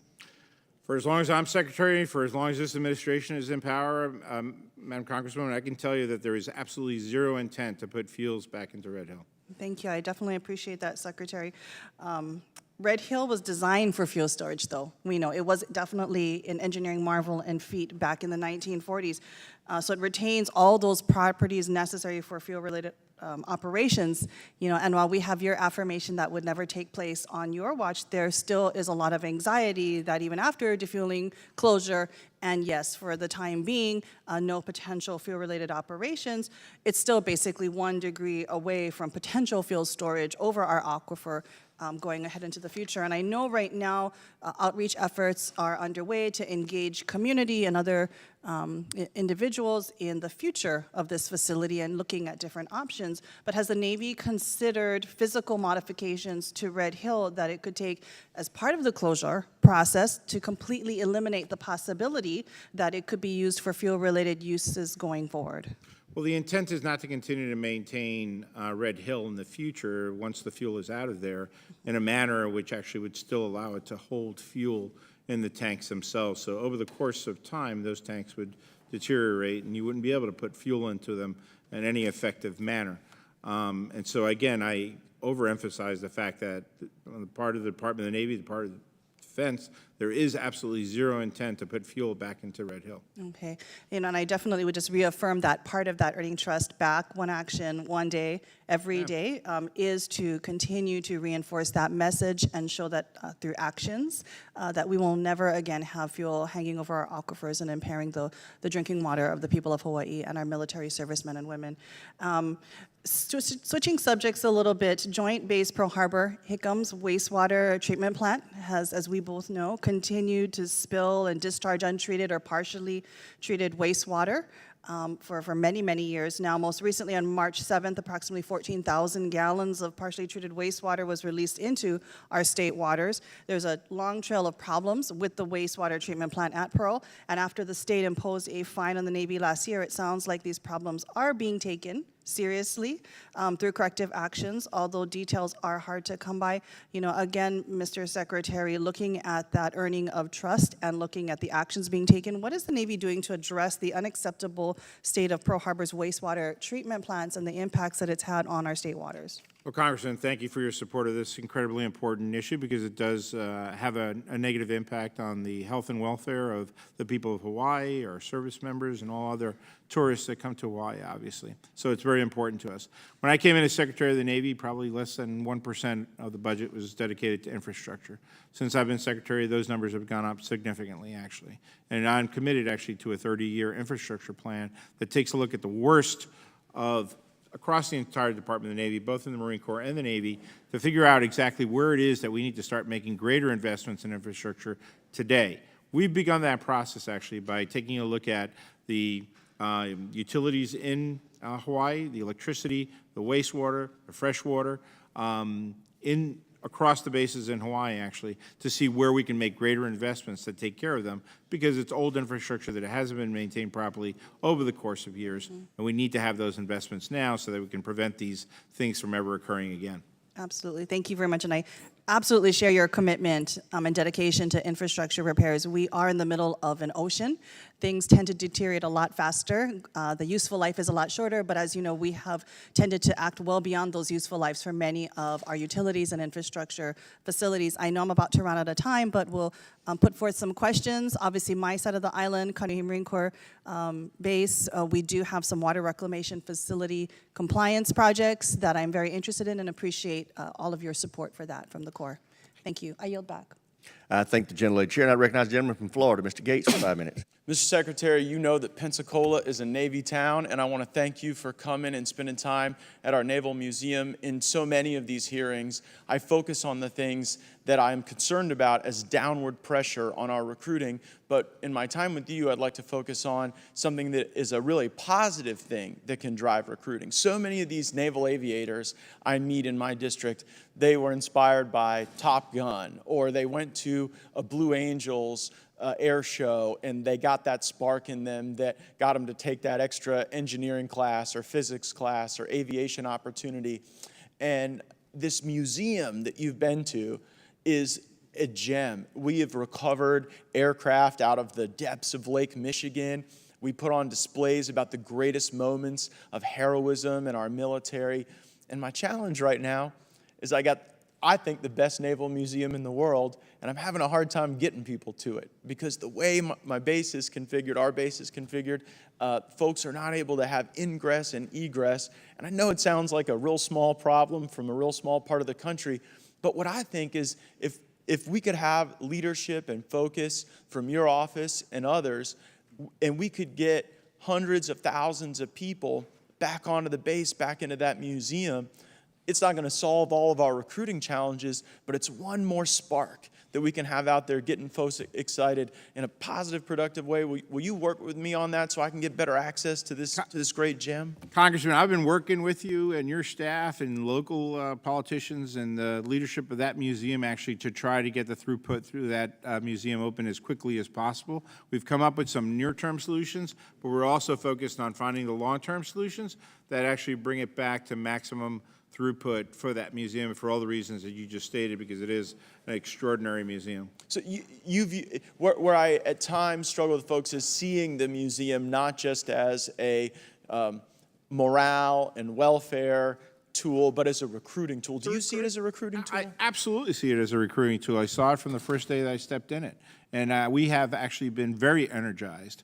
And we've come up with some near-term solutions to increase the throughput that are already paid off dividends, but we're also looking at the long-term solutions that are a little bit more costly to be able to provide a direct access to the outside world without having to have folks come in through the base itself. Well, thank you for casting it in that lens, because if it's a matter of dollars and cents, and I have to ask my colleagues to support such an endeavor in the NDAA, I'll certainly cite your testimony that this isn't just a museum for the sake of recreation, but it is a way to engage people in naval aviation in a place that's the home of the Blue Angels, the cradle of naval aviation. Absolutely so. So, Admiral Gilday, I had another question. Hopefully this is easy. We can disclaim it. There's this entity called the Uniformed Services University, and they come up with a lot of ways to engage in medical treatment throughout the force. They do some stuff at Walter Reed. And a group of these physicians got together and they wrote a very strange and concerning report entitled Caring for Military-Affiliated Transgender and Gender-Diverse Youths, A Call for Protections. And in this report, we got folks that are working at this university talking about gender-affirming care for 7-year-olds. And in the report, it cites that 7-year-olds ought to be able to participate in the decisions about whether or not they get puberty blockers or any of this other kind of treatment. I don't expect to have the Navy own the report of a few people that wrote it of their own volition, but I'm just hoping with our time together you can say that the Navy has no plans to adopt the recommendations in this report or to see things in this way. Sir, we have to follow the law. I'm not familiar with that training, but I share your concern. I'll commit to looking It's not training. Just so we're clear, it's not training. It's a report a group of DOD folks got together and wrote about what they'd like to see. And they've made, I wouldn't be asking you about it, but for the fact that they've made specific policy recommendations about gender-affirming care for 7-year-olds. So I appreciate your answer. You have to follow the law. You don't believe there's any part of the law that requires you to have military physicians involved in giving puberty blockers to children, do you? So I'd be surprised if there were. I don't know the law in that area well. I'm not trying to be evasive. Actually, that university is actually run by DHA. I will get back to you with DHA with a firm answer. Yeah, and it just sort of goes one of two ways. If you guys can say to us in these hearings that you're not going to do this stuff, you're not going to move people because of this, you're not going to administer this care, that probably is sufficient for most of us. If it's something that's unclear, we'll probably put in the NDAA prohibitions so that these recommendations are never adopted. Thank the gentleman. Chair, and I recognize the gentleman from Massachusetts, Mr. Moulton, for 5 minutes. General Berger, you proposed an ambitious, politically risky modernization plan that created a fair bit of concern. It included a lot of investments, a number of divestments in particular. As a member of Congress on the House Armed Services Committee, I sat down with the critics, the chief critics of this plan, and I listened to every one of their concerns. And I brought every one of those concerns to you and to the Marine Corps, and you and your officers answered every single one. 8 members of Congress after that signed an op-ed in the Wall Street Journal fully supporting your modernization plan. Past commandants have talked about this. Other services are starting to work on it themselves, but you and the Marine Corps continue to lead the way. And my advice to you, sitting here this morning, to borrow a Navy phrase, is damn the torpedoes, damn the critics, full speed ahead. But it's worth also noting the one concern that all 8 of us shared in that piece in the Wall Street Journal, and that is, to quote, the Marine Corps may not be moving fast enough. You're moving faster than all the services. You're leading the way for America. And yet we're not confident that you're moving as quickly as our adversaries. So I would encourage you to consider not just full speed, but flank speed ahead as you continue this modernization. Mr. Secretary, will you continue to support the Commandant and Force Design 2030 and whatever comes next to modernize the Marine Corps to meet this nation's chief adversaries? Absolutely so. And Admiral Gilday, will you continue to support Commandant Berger and what he needs to do to continue leading the way? Yes, sir. General Berger, one area where I think the Marine Corps might be able to focus even more is on artificial intelligence. By some estimates, China is, as a percentage of their overall defense budget, spending 3 to 10 times as much on AI as we are. Repeated reports to the Department of Defense have encouraged the department to move faster in adopting AI, including the Future of Defense Task Force, a bipartisan report from this committee a few years ago. But the services are lagging behind. I think this is a great opportunity for the Marine Corps to continue to lead. Would you be willing to get us a report by this September for what the Marine Corps is doing today to integrate AI and what you can do to accelerate that, to give that advantage to our Marines and warfighters in the near future? Congressman, I'm going to have that to you long before September. Absolutely, yes. Thank you. Thank you very much. Shifting topics a bit, part of Force Design 2030 is about retaining the best personnel, and that means keeping them in fighting shape. I teamed up with a fellow veteran in Congress a few years ago and passed the National Mental Health Hotline 988, creating a 3-digit mental health hotline, which should help reduce the number of suicides in America. It was implemented in July. It's already having a dramatic effect. Calls to 988 are up 50%. Texts to 988, representing younger Americans, are up 1,445%. But I've asked a lot of friends on active duty, and I'm still not hearing about 988 being posted around our barracks, our bases, so our service members know that number and can call it in a time of crisis and help you with a stronger force. So what I would like to hear is, will you be willing to get out by next Friday, May 5th, a standard poster that can be sent electronically and easily duplicated to post around Marine Corps barracks all over the world so that Marines know this number? We can do that. Admiral Gilday, will you do the same so that it's on all our ships? Obviously, this is not something that will be used, I shouldn't say ships, that it's on all our naval bases in the United States? Yes, sir. And Mr. Secretary, will you commit to making sure that the other services not represented here today will do the same by Friday, May 5th. Well, Congressman, I'm not going to commit to Friday, May 5th. I know how tough the bureaucracy is in the Pentagon to get something printed Well, by the gentleman Friday, on May your 5th, left and your but I right will just did. commit to doing this expeditiously, as quick as we possibly can, to get the poster made and get it distributed to where it needs to go. Thank you, Mr. Chairman. Chair now recognizes the gentleman from Indiana, Mr. Banks, for 5 Thank you, minutes. Mr. Chairman. Last fall, before the Supreme Court, the Solicitor General argued in favor of continuing to use race as a factor in university and service academy admissions. Secretary Del Toro, if the Supreme Court, as we expect, strikes down the use of racial preferences in universities and includes the service academies in this ruling, will the Navy stop its affirmative action practices for military academy admissions at the Naval Academy? Congressman, the United States Naval Academy in Annapolis has used a whole multiple approach in picking its candidates to become midshipmen at the Naval Academy, and that is a methodology that has been successful for decades.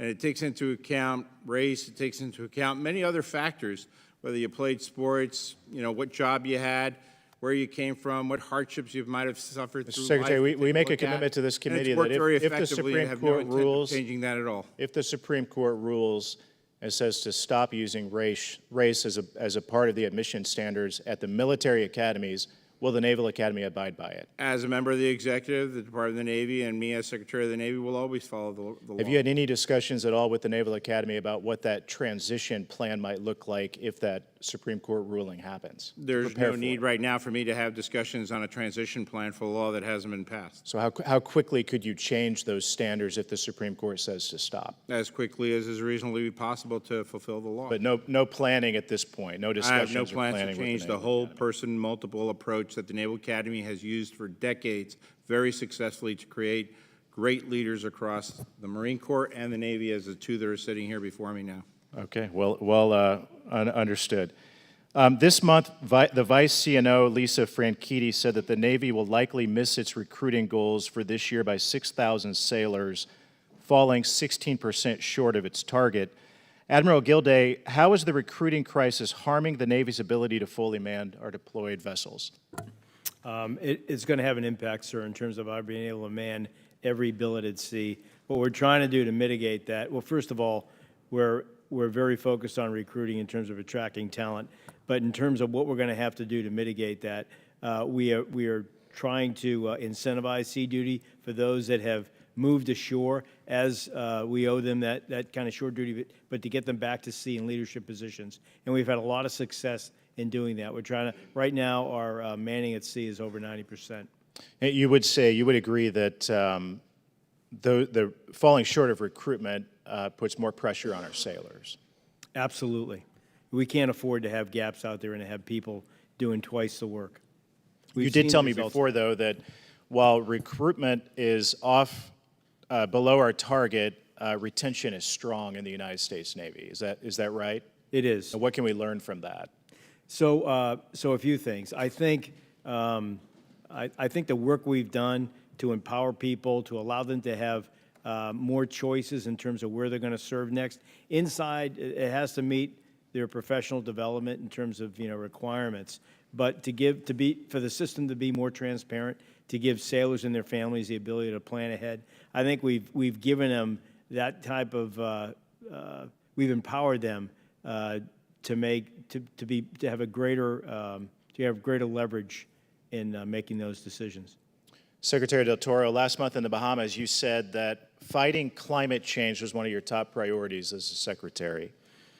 This comes as the Biden administration proposes to further shrink our Navy, and while China continues a massive expansion of our fleet. Where do you rank climate change among other priorities of yours as the secretary? As in the military, we know when you make one thing a priority, you have to acknowledge that other things might be less of a priority. So where does climate change factor into the priorities that you have as the Secretary of the Navy? As I said then, it is a top priority. And let me give you an example. When I was commanding officer of the USS Bulkley and I tied up to one of our new piers in Norfolk, we had two double-decker pier, actually. All the utilities were on the lower part of the double-decker pier. And now we've moved them up to the top because rising sea levels, rising sea levels have an impact on our ship's ability. Sir, it's my time. Tied to dock. Where do you rank climate change with, say, recruiting? What's more important? They're all equally important. They all have an impact on our combat readiness. Or growing our fleet. Everything that I do as Secretary of the If you Navy make has an impact on climate the change combat your readiness top of our priority, fleet. then recruitment is a Sorry, lesser sir. priority. So where does it Want me to rank answer in it? your priorities as Secretary of the Navy? I stated what my enduring priorities are: strengthen maritime dominance, strengthen our cultural warfighting excellence, and improve our relationships with our allies and partners around the world. And climate is included in all three of those. Gentleman's time's expired. Chair, and I recognize the gentleman from California, Mr. Carbajal. Thank you, Mr. Chairman, and welcome to all the witnesses. Admiral Gilday and General Berger, thank you for your service. I wish you the best in your next endeavors. And certainly our country is better because of your service, so thank you. Today I'm going to focus on our most precious resource, our personnel. I want to start with a focus on the recruiting challenges of our Department of Defense, the Navy, and the Marine Corps are facing today.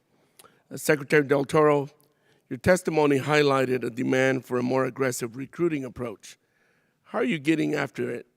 And can you touch on any strategies and metrics? Because oftentimes we talk about a lot of programs, a lot of interesting concepts, but do we have metrics to measure how well we're doing?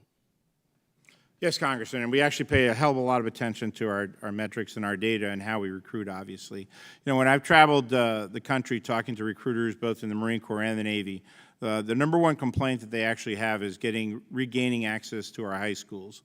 And this is largely because high schools have been closed largely to COVID.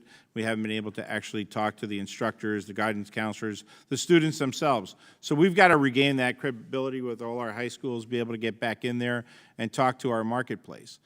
We also need to recruit from the entire marketplace, right? So we need far more women in our Navy and our Marine Corps. I'm looking for tough women to join both the Navy and the Marine Corps and inspiring them in ways that proves to them that, despite what Ms. Sherrill said, actually, that there is actually hope for women, that they will be able to advance to the highest ranks in both the Marine Corps and the Navy, and that's what this leadership team is dedicated to doing.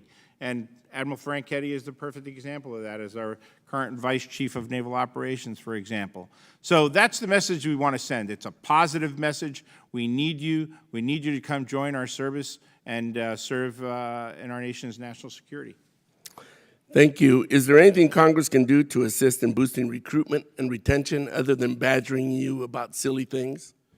Continue to send a positive message to all of Americans that service in the armed services is an honorable thing. Despite whether you're a Democrat, Republican, Independent, where you may come from, this is about serving our country. This is about protecting the Constitution of the United States, and that there are many things that can be drawn, positive lessons, lifelong lessons, that can be drawn from a service in uniform. Thank you. As we work to increase recruitment for our military, it's important the new recruits and service members understand the life-changing potential opportunities the military presents. It most certainly helped me. As I looked at the DoD's 2021 demographic report, it shows an increase in minority group representation in the officer ranks from 01 to 06. However, all the general officer ranks show a decline across the board, with the Navy showing an unfortunate decrease of 4.2%. What are we doing? What are we doing to change that, to make sure that the demographics of our military represents the demographics of our country at all levels? For instance, the Marine Corps, 1 in every 4 Marines are from Hispanic descent. So when it comes to wars, who do you think is at the front of the spear fighting these wars? So what are we doing to address this serious issue with metrics? And what is this telling young recruits and service members, that we don't take enough action to correct that misrepresentation? So from the top, let me say that we recognize this challenge. Our enlisted corps needs to have individuals that they see like themselves so that they can continue to advance as well too. We're putting in a lot of resources in trying to recruit more Hispanics, African Americans, people of Asian backgrounds, everyone across America, people from all over the country of all types, to come into our services so that we can actually build the banks that are necessary to eventually get people to rise to the general and the admiral levels as well too. And we're taking a very close look at how we select folks and making sure that there's proper representation on those boards. that will take into consideration everybody's capabilities like a meritocracy actually should in terms of making those selections. But there is positive news. When you take a look at the advancements from '06 to '07 in the last couple of years, for example, we see increasing numbers of minorities across the board that are actually being selected from '05 to '06 and '06 to '07. So I think it is trending in the right direction, but allow the Commandant and the CNO to further comment. Sir, we've seen positive trends, '01 to '06, across every demographic in the last 5 years. I can give you specifics on all of those. Gentleman's time's expired. Chair, Yeah. I recognize the gentleman from Florida, Mr. Waltz. Thank you, Mr. Chairman, and as much as I respect my colleague, I don't think these conversations are silly at all. I think they're fundamental to the type of fighting force that we have, and when I continue to have cadets, military members, or family members calling me and reaching out with what I think is silly and things that divert them from their warfighting focus and a meritocracy that the military should be, it's incredibly concerning. I just received a call from a senior cadet who's decided not to join the Air Force because he was #1 in his ROTC program, but he was told by his department that they've never had a woman at the top, and so he was going to be #2 because they weren't meeting their diversity goals. So I think these conversations are actually fundamental on how we maintain the best fighting force. And I think black, white, brown, man, woman, you name it, they need to see their leaders as the best that they absolutely can be, and they can transcend whatever background or whatever held them back through the United States military, which has been the tradition, and I hope that we can stay focused on that. In that regard, a lot of conversation on recruiting. I asked all of the senior enlisted leaders which service actually is collecting data. Are they polling? Are they talking to influencers? Are they talking to folks who are initially interested but then said no? Only the Army has a system-wide polling program. Mr. Secretary, is that accurate? Because none of the senior enlisted leaders said, besides the Army, that they can point to data. We have narratives, COVID, wokeism, extremism, what have you. We have a lot of thoughts on narratives. Do you have data that you can send the committee? I'm pretty confident we have data coming, particularly data coming into the recruiting commands themselves. Have you seen polling? I personally have not looked at polling data, no. So we're short. We have a huge impact on the force, but you're testifying today you haven't seen any type of polling data. Well, I leave that to my chief recruiters, both in the Navy and the Marine Corps. I would think it would be a key priority for you, Mr. Secretary. Well, I've had meetings I meet with them once a month. Okay. But I myself have not looked at the raw polling data coming out from the recruits themselves. I would encourage that, obviously, but also if we could have a follow-up and if you could share that with us, because we're putting measures in place or authorizing measures. It needs to be based on data, not what we think is going on. Fair? No, it's fair. I mean, but I think there's a wide recognition that we're struggling to recruit across the board, and we've got to do better. And we need to have empirical data to understand why. Admiral Gilday, if we can just talk about ASW for a minute, anti-submarine warfare. Key thing that obviously the PRC is investing in to get at our advantage. I know we have a significant advantage that they're trying to catch up with. The Chinese have surpassed us in numbers of submarine, not in capability, but at least in numbers, coupled with the Russians. I'm concerned that there's no additional procurements for P-8s. I understand there's a validated requirement for 138, but we're going to sit at 128. If you could speak to that briefly, but also in my visits out there, I mean, the P-8's a great platform, but it's burning through about 50% more sonobuoys than the P-3 did. I worry in general about our stocks forward, but I'm particularly worried about our ASW capabilities. Can you speak to that, please? Yes, sir, on the numbers in 128. So the initial, you're right, the initial requirement was up in the mid-130s. We dialed back to 128 just based on what we were seeing out there with respect to real-world missions or efficiencies with respect to sortie rates, and the also the results that we saw in war games. Has the requirement lowered? It is, right. So, so we came from 135 to 128. With respect to sonobuoy usage, we have seen an increase in usage against certain types of submarines. I would, sir, I don't mean to be evasive. I would like the opportunity to go in more detail with you in terms of the different capabilities that We're breaking up the joint venture, right? Or we're moving beyond that, and I'm worried that we have a gap. And I would welcome a briefing on how we're going to address that gap moving forward to keep not only for our own fleet, but for our allies that Yes, are sir. also purchasing. Thank you, Mr. Chairman. I yield. I thank the gentleman, Chair, and I recognize the gentleman from Maine, Mr. Golden, for 5 minutes. Thank you, Mr. Chair. And gentlemen, thank you for being here today and for your service to the country. Admiral Gilday, as you know, getting the transition between the Flight 3 DDG-51 production and the start of the DDG-X program is going to be important for the large surface combatant industrial base.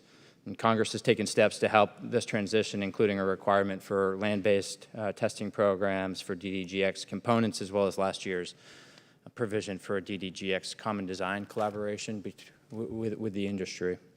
According to a reporting requirement in a prior defense bill, the Navy projected an optimal overlap transition period for 3 years of additional DDG-51 procurement once the initial DDG-X is funded.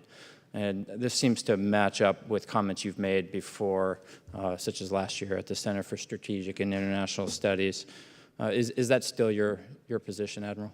Yes, sir, and I won't speak for the Secretary, but I know that our discussions have reflected that we need a sound transition plan for industry with overlap between Flight 3 DDGs and DDG-X, and that strategy is absolutely going to be informed by the two prime vendors, HII, Ingalls, and also Bath Iron Works.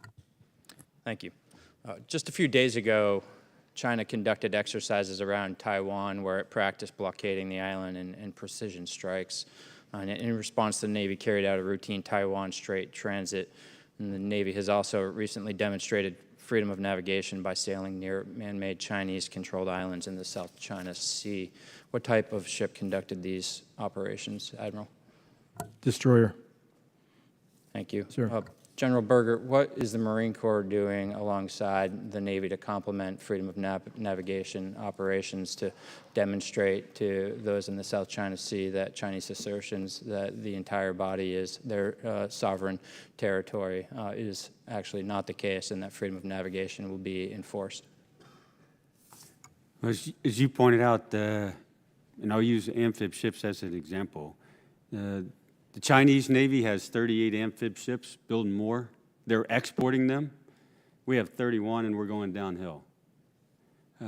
What do we need to be doing forward? We need to be married with the Navy as a deterrent force, and that means evolving into, in addition to what we normally do in joint forcible entry, things like expeditionary advanced space operations where we have naval strike missiles that can assist, that can be a complementary capability to the ASW and surface capability that the Navy already has. So it's a team approach with the stand-in forces and embarked aboard amphibious ships, both anti-surface and anti-subsurface, all of that.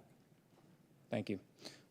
Before the hearing started, you spoke to me a little bit about the importance of the Marine Corps mission at our embassies around the world, and I wanted to give you an opportunity to talk about the importance of that mission, but also about some of the most recent actions taken by Marines abroad in service to the country.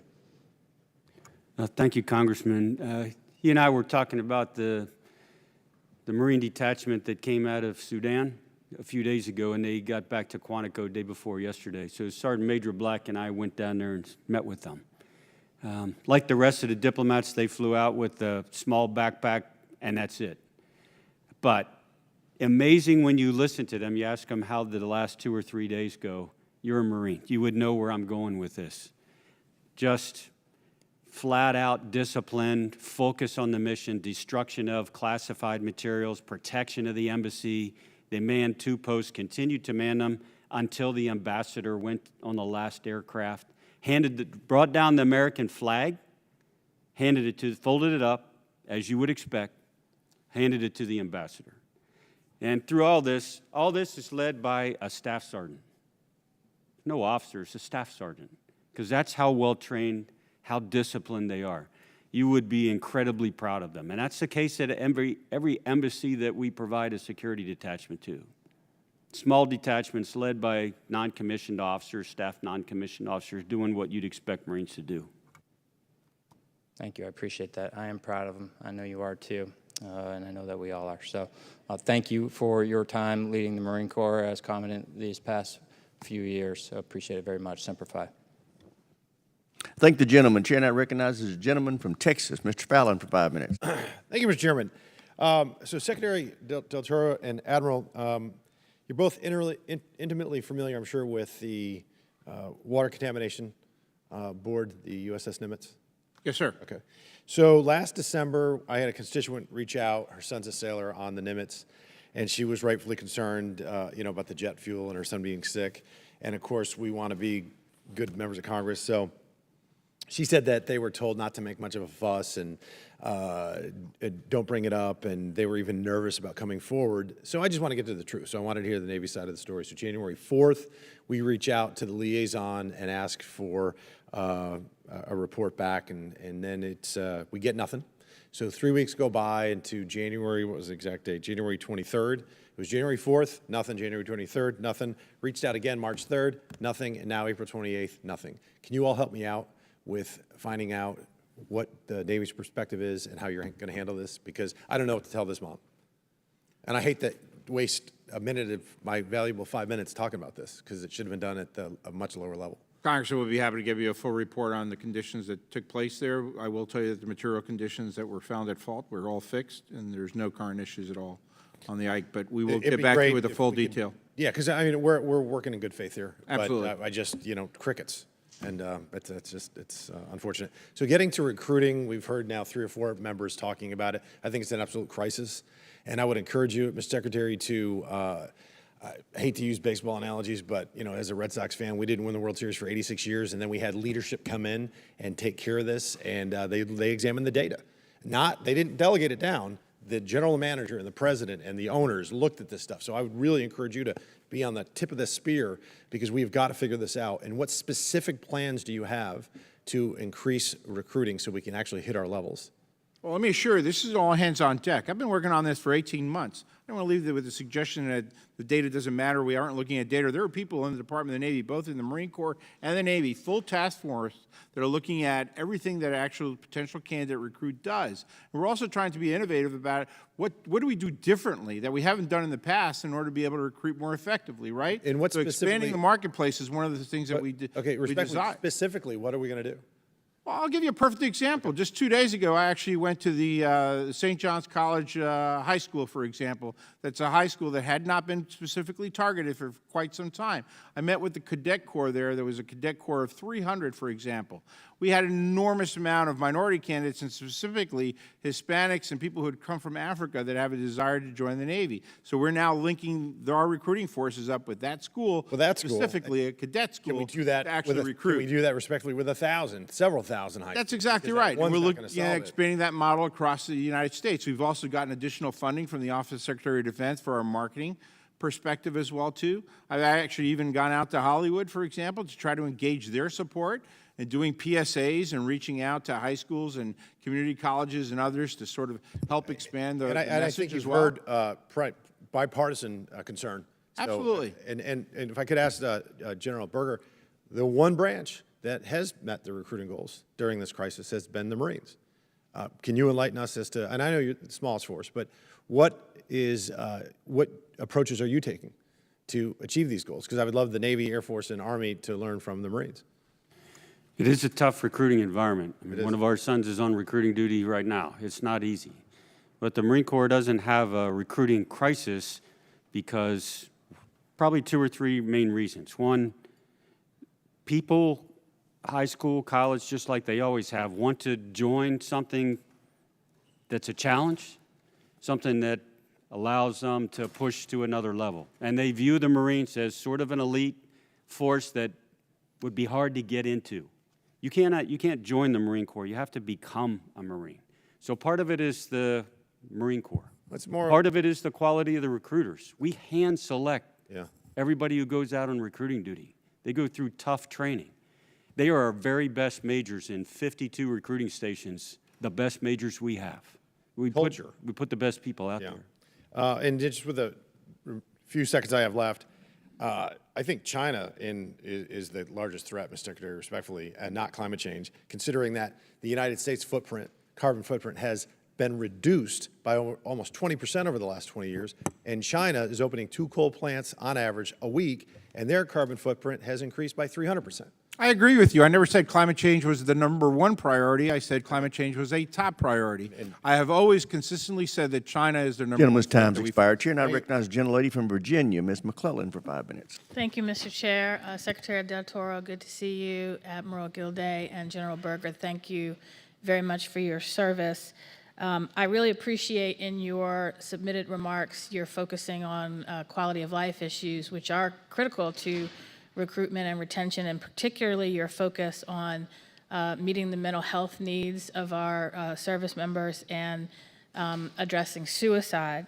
And I want to talk a little more on the systemic mental health crisis within our armed services, and particularly at naval facilities in Virginia, where at least 5 sailors assigned to the USS George Washington, which has been docked in Norfolk since 2017, have died by suicide in the last year. And I appreciate the briefing that was held for some of the members of the House and Senate Armed Services Committee. Unfortunately, these sailors are not alone, and several sailors assigned to other ships undergoing refueling and complex overhaul at the Mid-Atlantic Regional Maintenance Center in Norfolk have died by suicide within the past 5 years. I know for many of our sailors, this seems like an unrelenting tragedy, and I want to focus my questioning on this issue.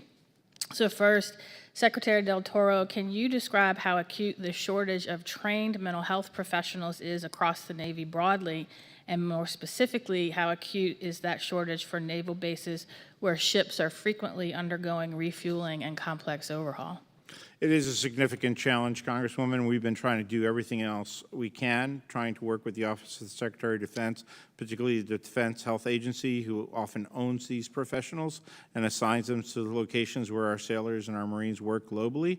But we are trying to get to a better place. The Office of the Secretary of Defense is fully hyper-focused on this issue and trying to recruit as many as they can from the private sector. I believe the solution, quite frankly, is to train them intrinsically from within. We need to actually train far many more corpsmen, and we're moving in that direction. It may take a year or 2 to get the number of mental health technicians that we need, but it's tough to compete with the private sector as well, too, where they're also extremely shorthanded as well. At the same time, we're also doing other things, like putting more chaplains on our ships, for example, and that's proven to be very, very effective. Where we have chaplains on our ships permanently stationed, on the average, we get anywhere from 30 to 40 actually calls. Where we don't have them on the ships, it could be anywhere from 0 to about 5 calls to chaplains if they're stationed off the ship. So a lot of it is helping with their life issues, and not necessarily the most complicated of the mental health issues, but they're seeking life guidance. There have been far too many sailors and Marines and service members who we have lost due to suicide. We need to do a better job across the board, and we're committed to doing that. Thank you. And I would note we've heard anecdotally from mental health professionals at the USS George Washington that they're overwhelmed with the needs of the sailors there. So the more that you can do to address this shortage, and particularly focusing on those ships that are undergoing retrofitting, the better. At this point, Secretary, the Navy, I believe, has concluded its investigations into the series of suicides on board the USS George Washington, the USS George H.W. Bush, and the USS Theodore Roosevelt investigation is still ongoing.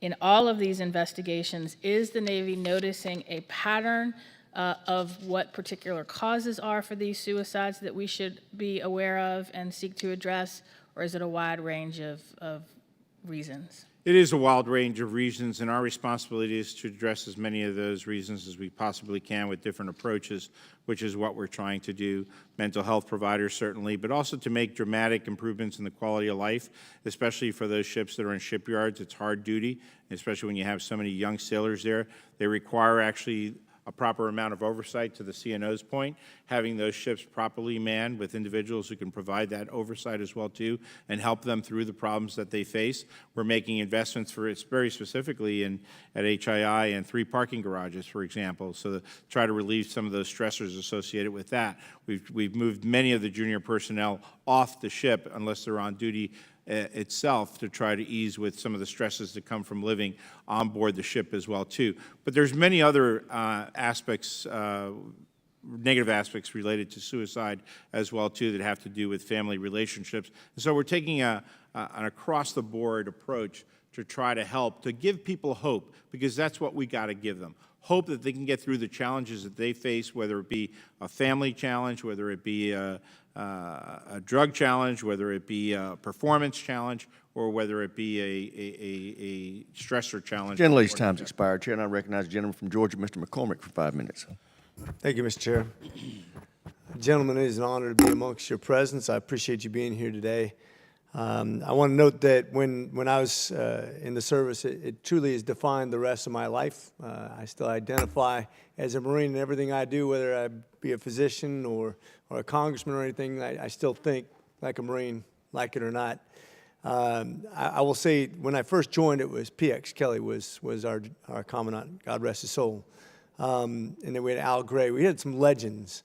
I've actually had arguments with General Krulak on reorganization of the Marine Corps. When I was at Anglico, he cut our program significantly, and I remember having worries about the reorganization of the Marine Corps back when I was just a captain. And those conversations aren't quite the same as when you're a congressman, that's for sure. I will say, as we've evolved, and the nice thing to see about the Marine Corps still maintaining its recruiting standards, whether it be from our stellar reputation, our fine uniforms, or the handsome men that wear them, it's been nice to see that continue. What I'm worried about is we continue in our mission. And you've seen that right now we have a humanitarian crisis in Sudan, for example. And we'll continue to see that throughout the history of the world, where we'll have to go in and rescue people from bad places. Have we seen significant changes in the way we're reorganizing and how we're going to be able to do a mission in Sudan and other places when we have to go out and maintain that stability for those cycles, especially with ship and personnel shortages, and as we shrink to accommodate with technology, with that deployment cycle, that's very hard on families, but still the same deployment cycle with fewer people because we're more invested in technologies. How do we accommodate for that? First of all, the Marine Expeditionary Unit, amphibious ready groups that you remember, that's the best chance you have of responding to a crisis immediately. And there needs to be one in the Pacific and one in the Mediterranean, Africa, CENTCOM area, 12 months a year. That is the most versatile tool that a combatant commander has, because it's sovereign territory, and you can solve a lot of problems coming from your own sovereign territory from the sea. The modernization of the Marine Corps is tailored, and I would say in like the Marine littoral regiments that are in the Indo-Pacific, they're focused on deterring a particular threat. The rest of the Marine Corps and them are very versatile and can handle the problems that we need to handle. And I think that the challenge is not being nearby when the problem happens, as you highlight, and you don't have 3 weeks to get there. The nation needs something there in a week or 3 days. Do you think we're still have more to do in Sudan? There are more Americans that are in Sudan, from what I understand, that want to get out. Right now, there's at least 1 or 2 convoys moving overland. So I don't know how many eventually will want to get out, but the numbers that we understand, there's still Americans in Sudan, some of them that want to get out, correct. Okay, you mentioned that some forces are dedicated towards a specific mission, some are more flexible, like the MAGTF model. Percentage-wise, what do you think that the mission, how many people have a specific mission when you're talking about the way we've reorganized? The 2 regiments that we are reorganizing, one in Hawaii, one in Japan, they are still very flexible, very adaptable, but they are tailor-made to be a forward stand-in force. That represents all of probably a total of less than 5,000 Marines out of the whole operating force, which is 100,000. Got it.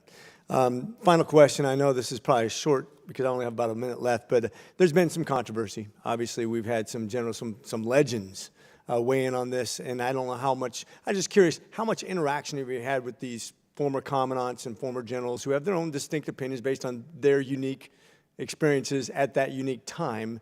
How much interaction have you had with you, and do you think that's going to continue to be a problem for future commandants as we develop this political climate of reorganization? It varies between them. Some of them more frequently, as you might imagine, some less frequently. Probably the more recent former commandants, General Neller, General Dunford, I talk with very frequently.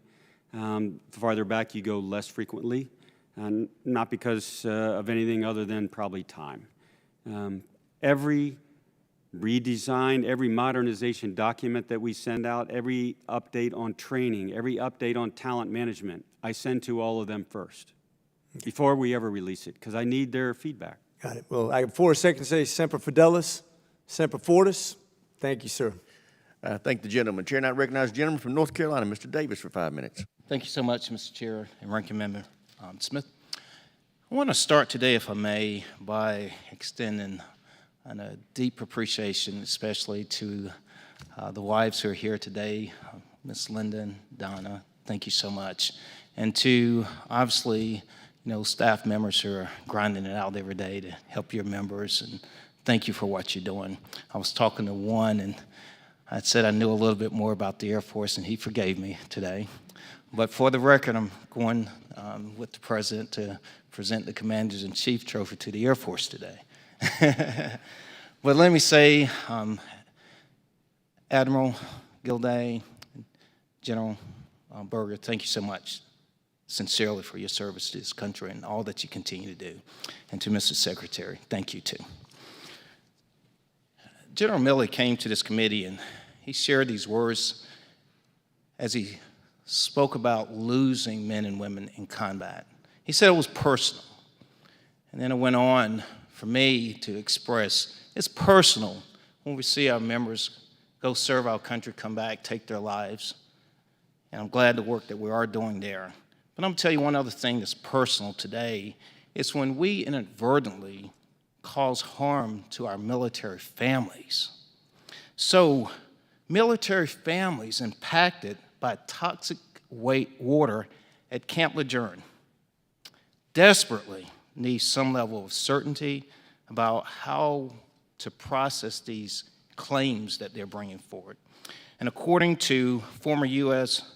District Court Judge of the Eastern District of North Carolina, James Deaver, he said with the possibility of 1 million cases getting filed, it could take more than 1,000 years to resolve them without streamlining the process.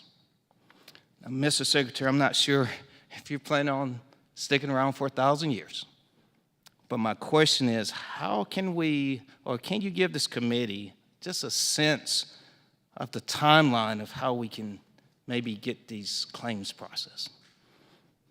This is a very complicated issue, and let me begin by saying how important it is actually, and how pleased I am that the Biden administration has actually worked to ensure that we meet the commitment of these military families who have been negatively impacted by the toxic water at Camp Lejeune. Having said that, there are an enormous number of cases that are now coming in, and we in the military services across the Department of Defense have to gear up to try to handle these cases in a far more expedited manner. It's going to take a lot of additional resources. Mr. Secretary, if there's not a clear timeline, then my question is, how do we streamline the process? We'll have to look at doing both, that? Congressman. We'll have to look at doing both, but each case has to be investigated. Each case has to be looked in carefully. It's a matter of law. Regretfully, there are steps that we may not be able to Mr. cut out. Secretary, of let me ask: have we used, for instance, data, a grid to group cases? Have we given consideration to that, or settlement? General Counsel is looking into all these issues, Congressman, and I'm more than pleased to get back to you and work with your staff to come up with better ideas on how to do it more expeditiously as well.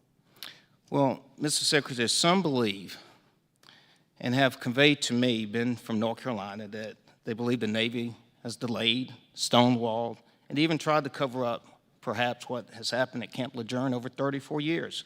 What would you say to those families? I can't speak to the ills of the past, obviously, but I accept responsibility for what we do now, and you have my commitment that we will do now to try to expedite this process as quickly as I can to rebuild trust, one action at a time, one day at a time. I would like to, Mr. Chair, enter this. It's an article from WRAL in my home state titled Camp Lejeune Toxic Water Claims Get First Day in Court into the record. Without objection, so ordered. I just want to end on this note. This is a note from Master Sergeant Jerry Insminger, who's retired now from the Marine Corps. He's talking about his daughter, Janie, who died in 1985 at the age of 9 of leukemia. I started this journey in August of 1997, and even then it was 14 years after Janie had been diagnosed and 13 years after she died that I hadn't heard anything about the water contamination at Camp Lejeune. I would hope that we would do the right thing by just giving them their day towards justice and a fair process in a timely manner. Mr. Chair, I yield back on behalf of all these impacted. I thank the gentleman. Chair now recognizes the gentlelady from California, Ms. Jacobs, for 5 minutes. Well, thank you, Mr. Chairman. Thank you to all three of you for being here, and in particular, General Berger and Admiral Gilday for your service and your long career. And also thank you, Admiral Gilday and Secretary Del Toro, for all of your work on making sure we address the housing issues while there have been 3 carriers in San Diego. I appreciate your creativity and the many conversations we've had over many meals on this topic, and I look forward to moving even further in this year's NDAA on that issue, and I'll be continuing to track the situation closely on the ground in San Diego. As you know, while housing is a huge issue for us in San Diego, it's not the only quality of life issue. One of the things I hear a lot from sailors and Marines in our region is about childcare. As of June, Navy Region Southwest had 4,000 children on its wait list for Child Development Center slots. And just last month, Ranking Member Smith joined me in San Diego for a roundtable with parents and child care providers at Naval Air Station North Island, where we heard a lot about these concerns. So first, General Berger, I know the Marine Corps has had some success here, including the $37.7 million construction project at Miramar, and I have to say I'm a huge fan of Colonel Bedell and all of the work he's doing on quality of life issues there. How are you planning to address the remaining unmet wait list for child care services at Marine Corps bases, particularly in the San Diego area? And then Admiral Gilday, how are you planning to address your unmet wait list? Congressman, like other people have said, you've mentioned it too. We consider this a readiness issue. If you can't solve health care, then people are worried about other things other than the mission. This is directly tied to readiness. Our average wait time right now is about 100 days. That's not acceptable. 100 days is too long. What do we need to do about it? In most cases, with the exception of Miramar, it's not that we don't have the building. It's that we don't have the child care providers. We can't hire them. Now, I think our learning over the past 2 or 3 years, that's 2 problems. Pay, in other words, they could make the same salary or better outside the gate, or it took me too long to apply. I applied, it took me 4 months, I had to get a job. Sorry, but I couldn't wait that long. We have got to cut down the application time, and we have brought up the pay now to be corresponding with outside the gate. But the wait time right now is a real challenge.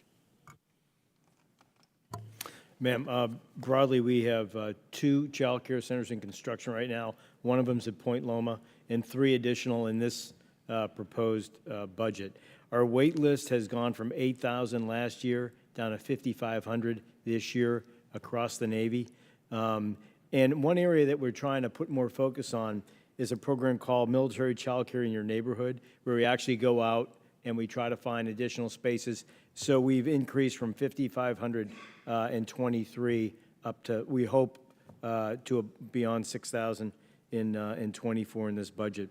With respect to the comment that General Berger made about child care workers, that is, we are right now, our staffing's at about 80%.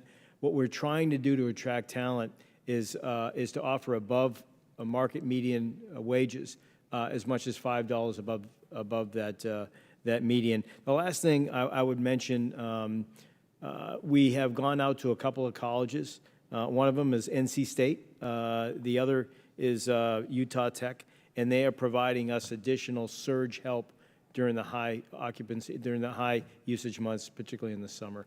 And if I could add just one, this is kind of a shout out, thanks. Part of the challenge in staffing was people moving from one location to another, and they had to start from scratch. The transferability part, huge. Also, the ability, the flexibility, like the CNO and I and the SecNav were talking about yesterday, where if you work in a child development center and you have a child that you want cared there, you get half off. And if you have two of them, another 20%. Those huge positives. And if I just one last thing, we've increased the stipends for those who choose to go to outside child daycare centers as well, too, thanks to your support. Thank you, and also General Berger, thanks for your help in addressing the issue at Pendleton where child care workers weren't able to have their kids at the same child care center. I know that's been huge. I will just say I'm very supportive of increasing pay for our child care workers. Anything I can do to help with that. We also know that can sometimes increase costs, and I know DoD recently raised parent fees for on-base childcare, so I just urge you to also make sure you're taking into account and addressing the affordability for the families themselves while we're working to make sure we're getting childcare workers a living wage. Thank you. Mr. Chairman, I go back. I think the gentlelady's focus on that topic. As the panelists all know, this is a big deal for me that we deal with this quality of life issue, and there's no more important aspect than this child care problem. So with that, we'll recognize another member of the Californian delegation, Mr. Connor, for 5 minutes. Thank you, Mr. Chairman. Thank you all for your service to our nation. General Berger, would it be fair to say that right now we have naval superiority and could thwart any Chinese invasion in Taiwan or any Chinese blockade of Taiwan? That's an accurate statement. From my perspective, yes, sir. Mr. Secretary, would you support that? I absolutely support that statement. My second question is, what more do we need as China continues to put more money to build their Navy? Do we have sufficient long-range missiles to be able to shoot down Chinese ships if that were needed? And do you think we should be having more long-range missiles in that area? Any of you? Sir, the answer to that is no, and that's why we're trying to do multi-year procurement, essentially bundle buy across 4 significant missile systems. One, in order to maximize production lines in the U.S., but also give a steady demand signal to those vendors. I would say, it hasn't come up, I don't think, in this hearing yet, is that there are only 2 producers in the United States of rocket motors for these exquisite weapons, and so we are at a premium with respect to the capacity. And Admiral, I think that is a excellent point, because in World War II, in addition to the bravery of our men who scaled Normandy, we won because we outproduced Japan and Germany. We had double the production. And today, one of my concerns is the state of our defense industrial base. The fact that we are already stretched to get weapons to Ukraine, we need to do better in terms of building the defense capability so that if there were ever an invasion, we are capable of quickly mobilizing. Could any of you comment on the importance generally of building American manufacturing in a defense industrial base from a national security perspective? I think you're absolutely right, Congressman. I think this President's budget starts to send the right signal, especially when you take a look at the doubling of the amount of funds available for missile production. And the shipbuilding plan over the course of the next 10 years, it sends a steady signal basically on what the requirements are matched to the max capacity that those shipyards can actually build. And hopefully in the future, they'll continue to make reinvestments in their own capabilities to build more ships faster across the board, more submarines faster across the board, so that we can continue to commit to those numbers in greater numbers, actually, those funds in greater numbers. I'm obviously biased. I represent Silicon Valley, but I believe that a lot of the work being done there on AI, on quantum, on advanced cyber, is going to be critical for our national security to prevent jamming of any of our communication systems, to be able to accurately identify and target. Could you help explain from your perspective, from a Navy perspective, what we can do to adopt the latest technology and why that's going to matter for our future national security? I think as you look across the Department of the Navy, we have 1,000 projects alone that are committed through AI for future investments. We're standing up 2 innovation centers. The Marine Corps is standing up an innovation center in Newburgh, New York, and we're standing up an innovation center in Monterey, California as well, to further expand those investments, working closely with venture capitalists and others in Silicon Valley and across the country, quite frankly, to make the necessarily to transition the innovative technologies that are developing at such a high pace in the private sector to be able to more effectively integrate those into the military. Well, I appreciate it. Chairman Gallagher on the subcommittee and I are very interested in helping work in a bipartisan way to even further improve the adoption of technology, and I know the chairman has expressed an interest in that, and I'll look forward to working with you on that. Thank you, Mr. Chairman. I thank the gentleman. Chair, and I recognize the gentlelady from Virginia, Ms. Kiggins, for 5 minutes. Thank you, Mr. Chair, and thank you so much to our panel here for being here today and with us. The average age of shipyard facilities and their supporting infrastructure is 60-plus years old, and the average age of dry docks is over 100 years old. Norfolk Naval Shipyard was ranked as the worst, 69th, in regard to facility condition at any naval installation. And we had in our office yesterday, great guys from Norfolk Naval Shipyard just talking to us not only about the condition of the dry docks, and I know that, what happened on the West Coast with those closures, and we're down to really one dry dock that can repair an aircraft carrier on the East Coast, but also the condition of their office spaces. They said they have charts that are red and green with different rooms, and they talked about the crumbling walls and the leaking ceilings, and the conditions that they described that they're working are unacceptable. And I'm sure there was a lot of discussion today about the number of ships and the strategy that the Navy has. We're trying to keep old ships at sea for longer, and we've got to have our ship repair facilities, there to do that. And we need the people that can repair these ships.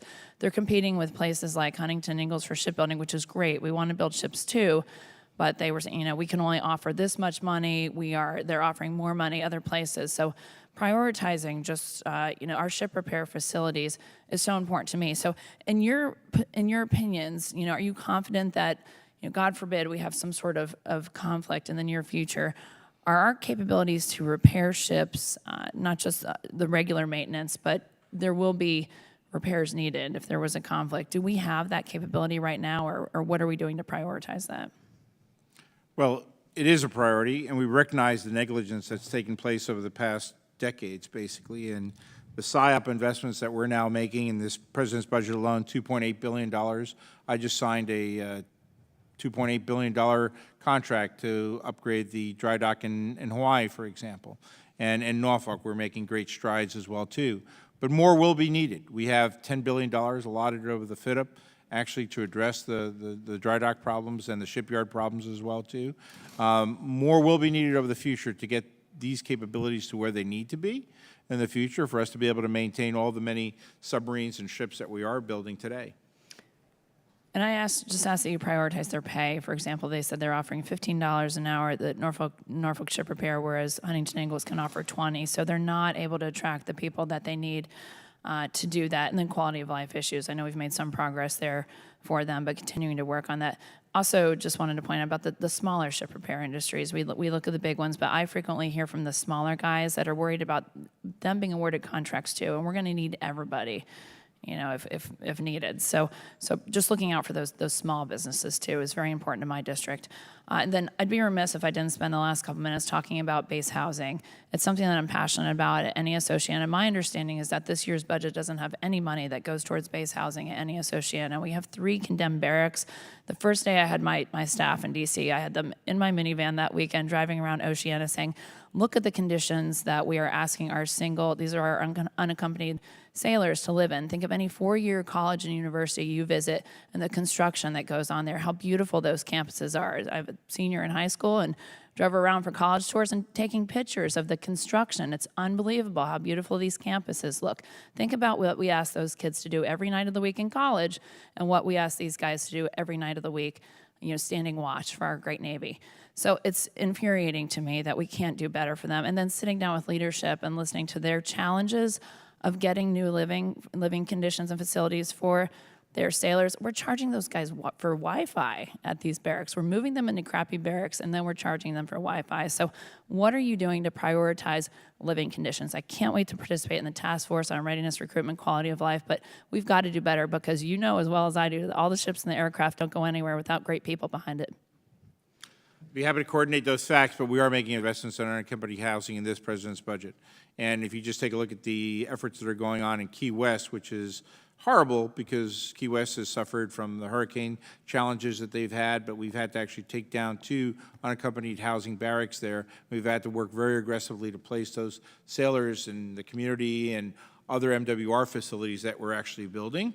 But you're right. This is, I mentioned earlier in the hearing today that when I came in as secretary, about 1% of the budget was actually dedicated towards infrastructure. Those numbers have now gone up dramatically. Just in last year alone, 7.3% increase in FSRM money that allows us to take care of the worst of those scenarios. And Mike, would you mind to comment further on? Just real quick, ma'am. The money we're spending on infrastructure has gone from 78% of the requirement to almost 90% of the requirement just in the last year and a half. I know that's still unsatisfactory, and we have a long way to go. We're behind. We're trying to get after Generally's it time's expired. and prioritizing exactly what needs to be fixed. Thank you. I can't overstate how much that drives me nuts to hear things like she just described. I want y'all to know it's our job to get you the money. You got to tell us what you need to fix those problems. We should not have those problems at our installations. And if we don't give you the money, then shame on us. But you need to let us know what it takes to get after this in an expeditious way, not over a 10 or 15-year period of time. Gentleman from Texas, Mr. Veazey is recognized.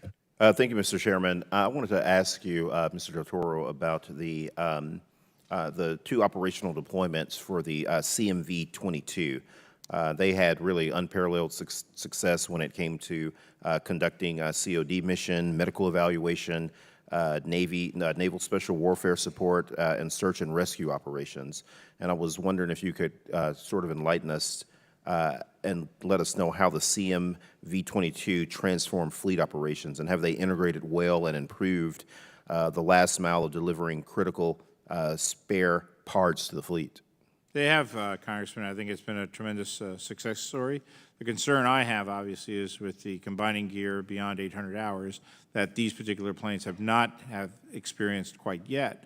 But what happens when they do actually get up there in hours, and we're working with the manufacturer to try to come up with a permanent solution to that problem set, and they're looking at actually designing a new combining gear in order to be able to fix that. But operationally speaking, perhaps CNO can expand on what I said. Yeah, please. I'm not aware of any problems that we've had. I would just say we're very bullish on CV-22. We ripped the Marine Corps off. It's been another example of one service leveraging what's been going right in another, and at economies of scale, buying these aircraft as quickly as we can to replace an airframe, as you know, sir, that was designed and built in the 1960s. Yeah, no, thank you. And I understand that the Navy is actually reassessing its concepts and operations for CMV-22, specifically concerning contested logistics scenarios. When do you anticipate completing that assessment, and can you share anything with the committee? Sir, if I could take that for the record, I'll get back to you with an answer on that timing. Yeah, no, thank you very much. Could I just add please. one extra thought? When the U.S. military evacuated the diplomats out of Sudan, V-22s. Yeah. It's the only aircraft that could do it. And 3 weeks ago, we flew MV-22s from Hawaii to the Philippines. No other aircraft in the world does that. It's an incredible capability. Yeah, okay. No, thank you for sharing that. I wanted to move over and ask a question about mental health services to Secretary Del Toro. What is the Navy and the Marines doing when it comes to physical and mental health resources, and how are they leveraging that for retention efforts? And I also wanted for you to also think about and answer one of the things that we've heard from military service people is privacy, because if someone has a mental health issue and they think that it's going to, inhibit them from getting a clearance or a promotion for another job. They may not want to share that with someone on base. What are you doing in the area of mental health services? Well, we've increased funding approximately 39% over the last year on mental health services across the board. Also working very, very closely with DHA as well, too, to try to get more mental health providers. Earlier in the hearing, I actually mentioned that, though, that continues to be a challenge because mental health providers aren't out there in the private sector, so we have to grow more of our own by training our corpsmen actually to be mental health technicians. That may take a year or 2 or 3 in order for us to intrinsically grow more of those to make them available. We've also put more chaplains on ships, which from a family support, life support perspective has helped tremendously in tackling perhaps not the most challenging mental health issues, but the many life stressors are associated with that. We've put together actually a mental health playbook that's been distributed throughout all of the Navy for all our commanders and all our leadership to actually rely upon, that actually points towards the resources that we have available and the teams that we have available, which we've also increased as well too.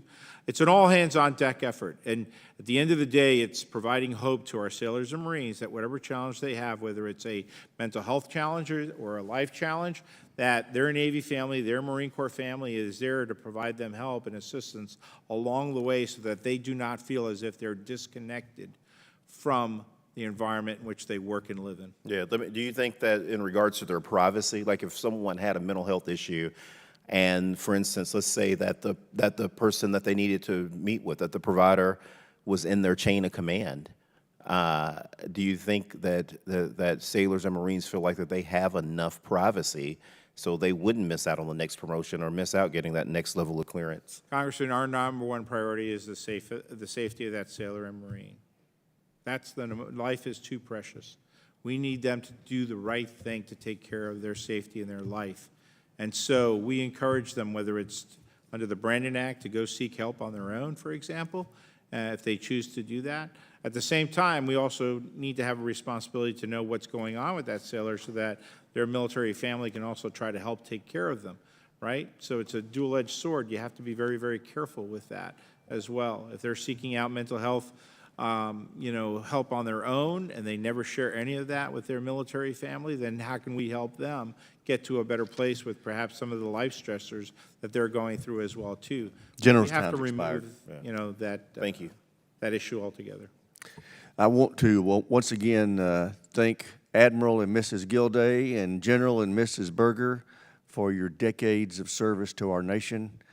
We cannot thank you enough for the sacrifices you have made to ensure that we remain a free, great nation. So thank you very much. And I look forward to seeing each of you in the next chapters of your life, which I'm sure are going to be awesome. Secretary Del Toro, on behalf of Representative Chris Smith of New Jersey, we're going to submit some questions for the record on the status of the investigation into the death of Seaman Mullen. And I appreciate you responding to those when you receive them. Absolutely. And with that, we are adjourned.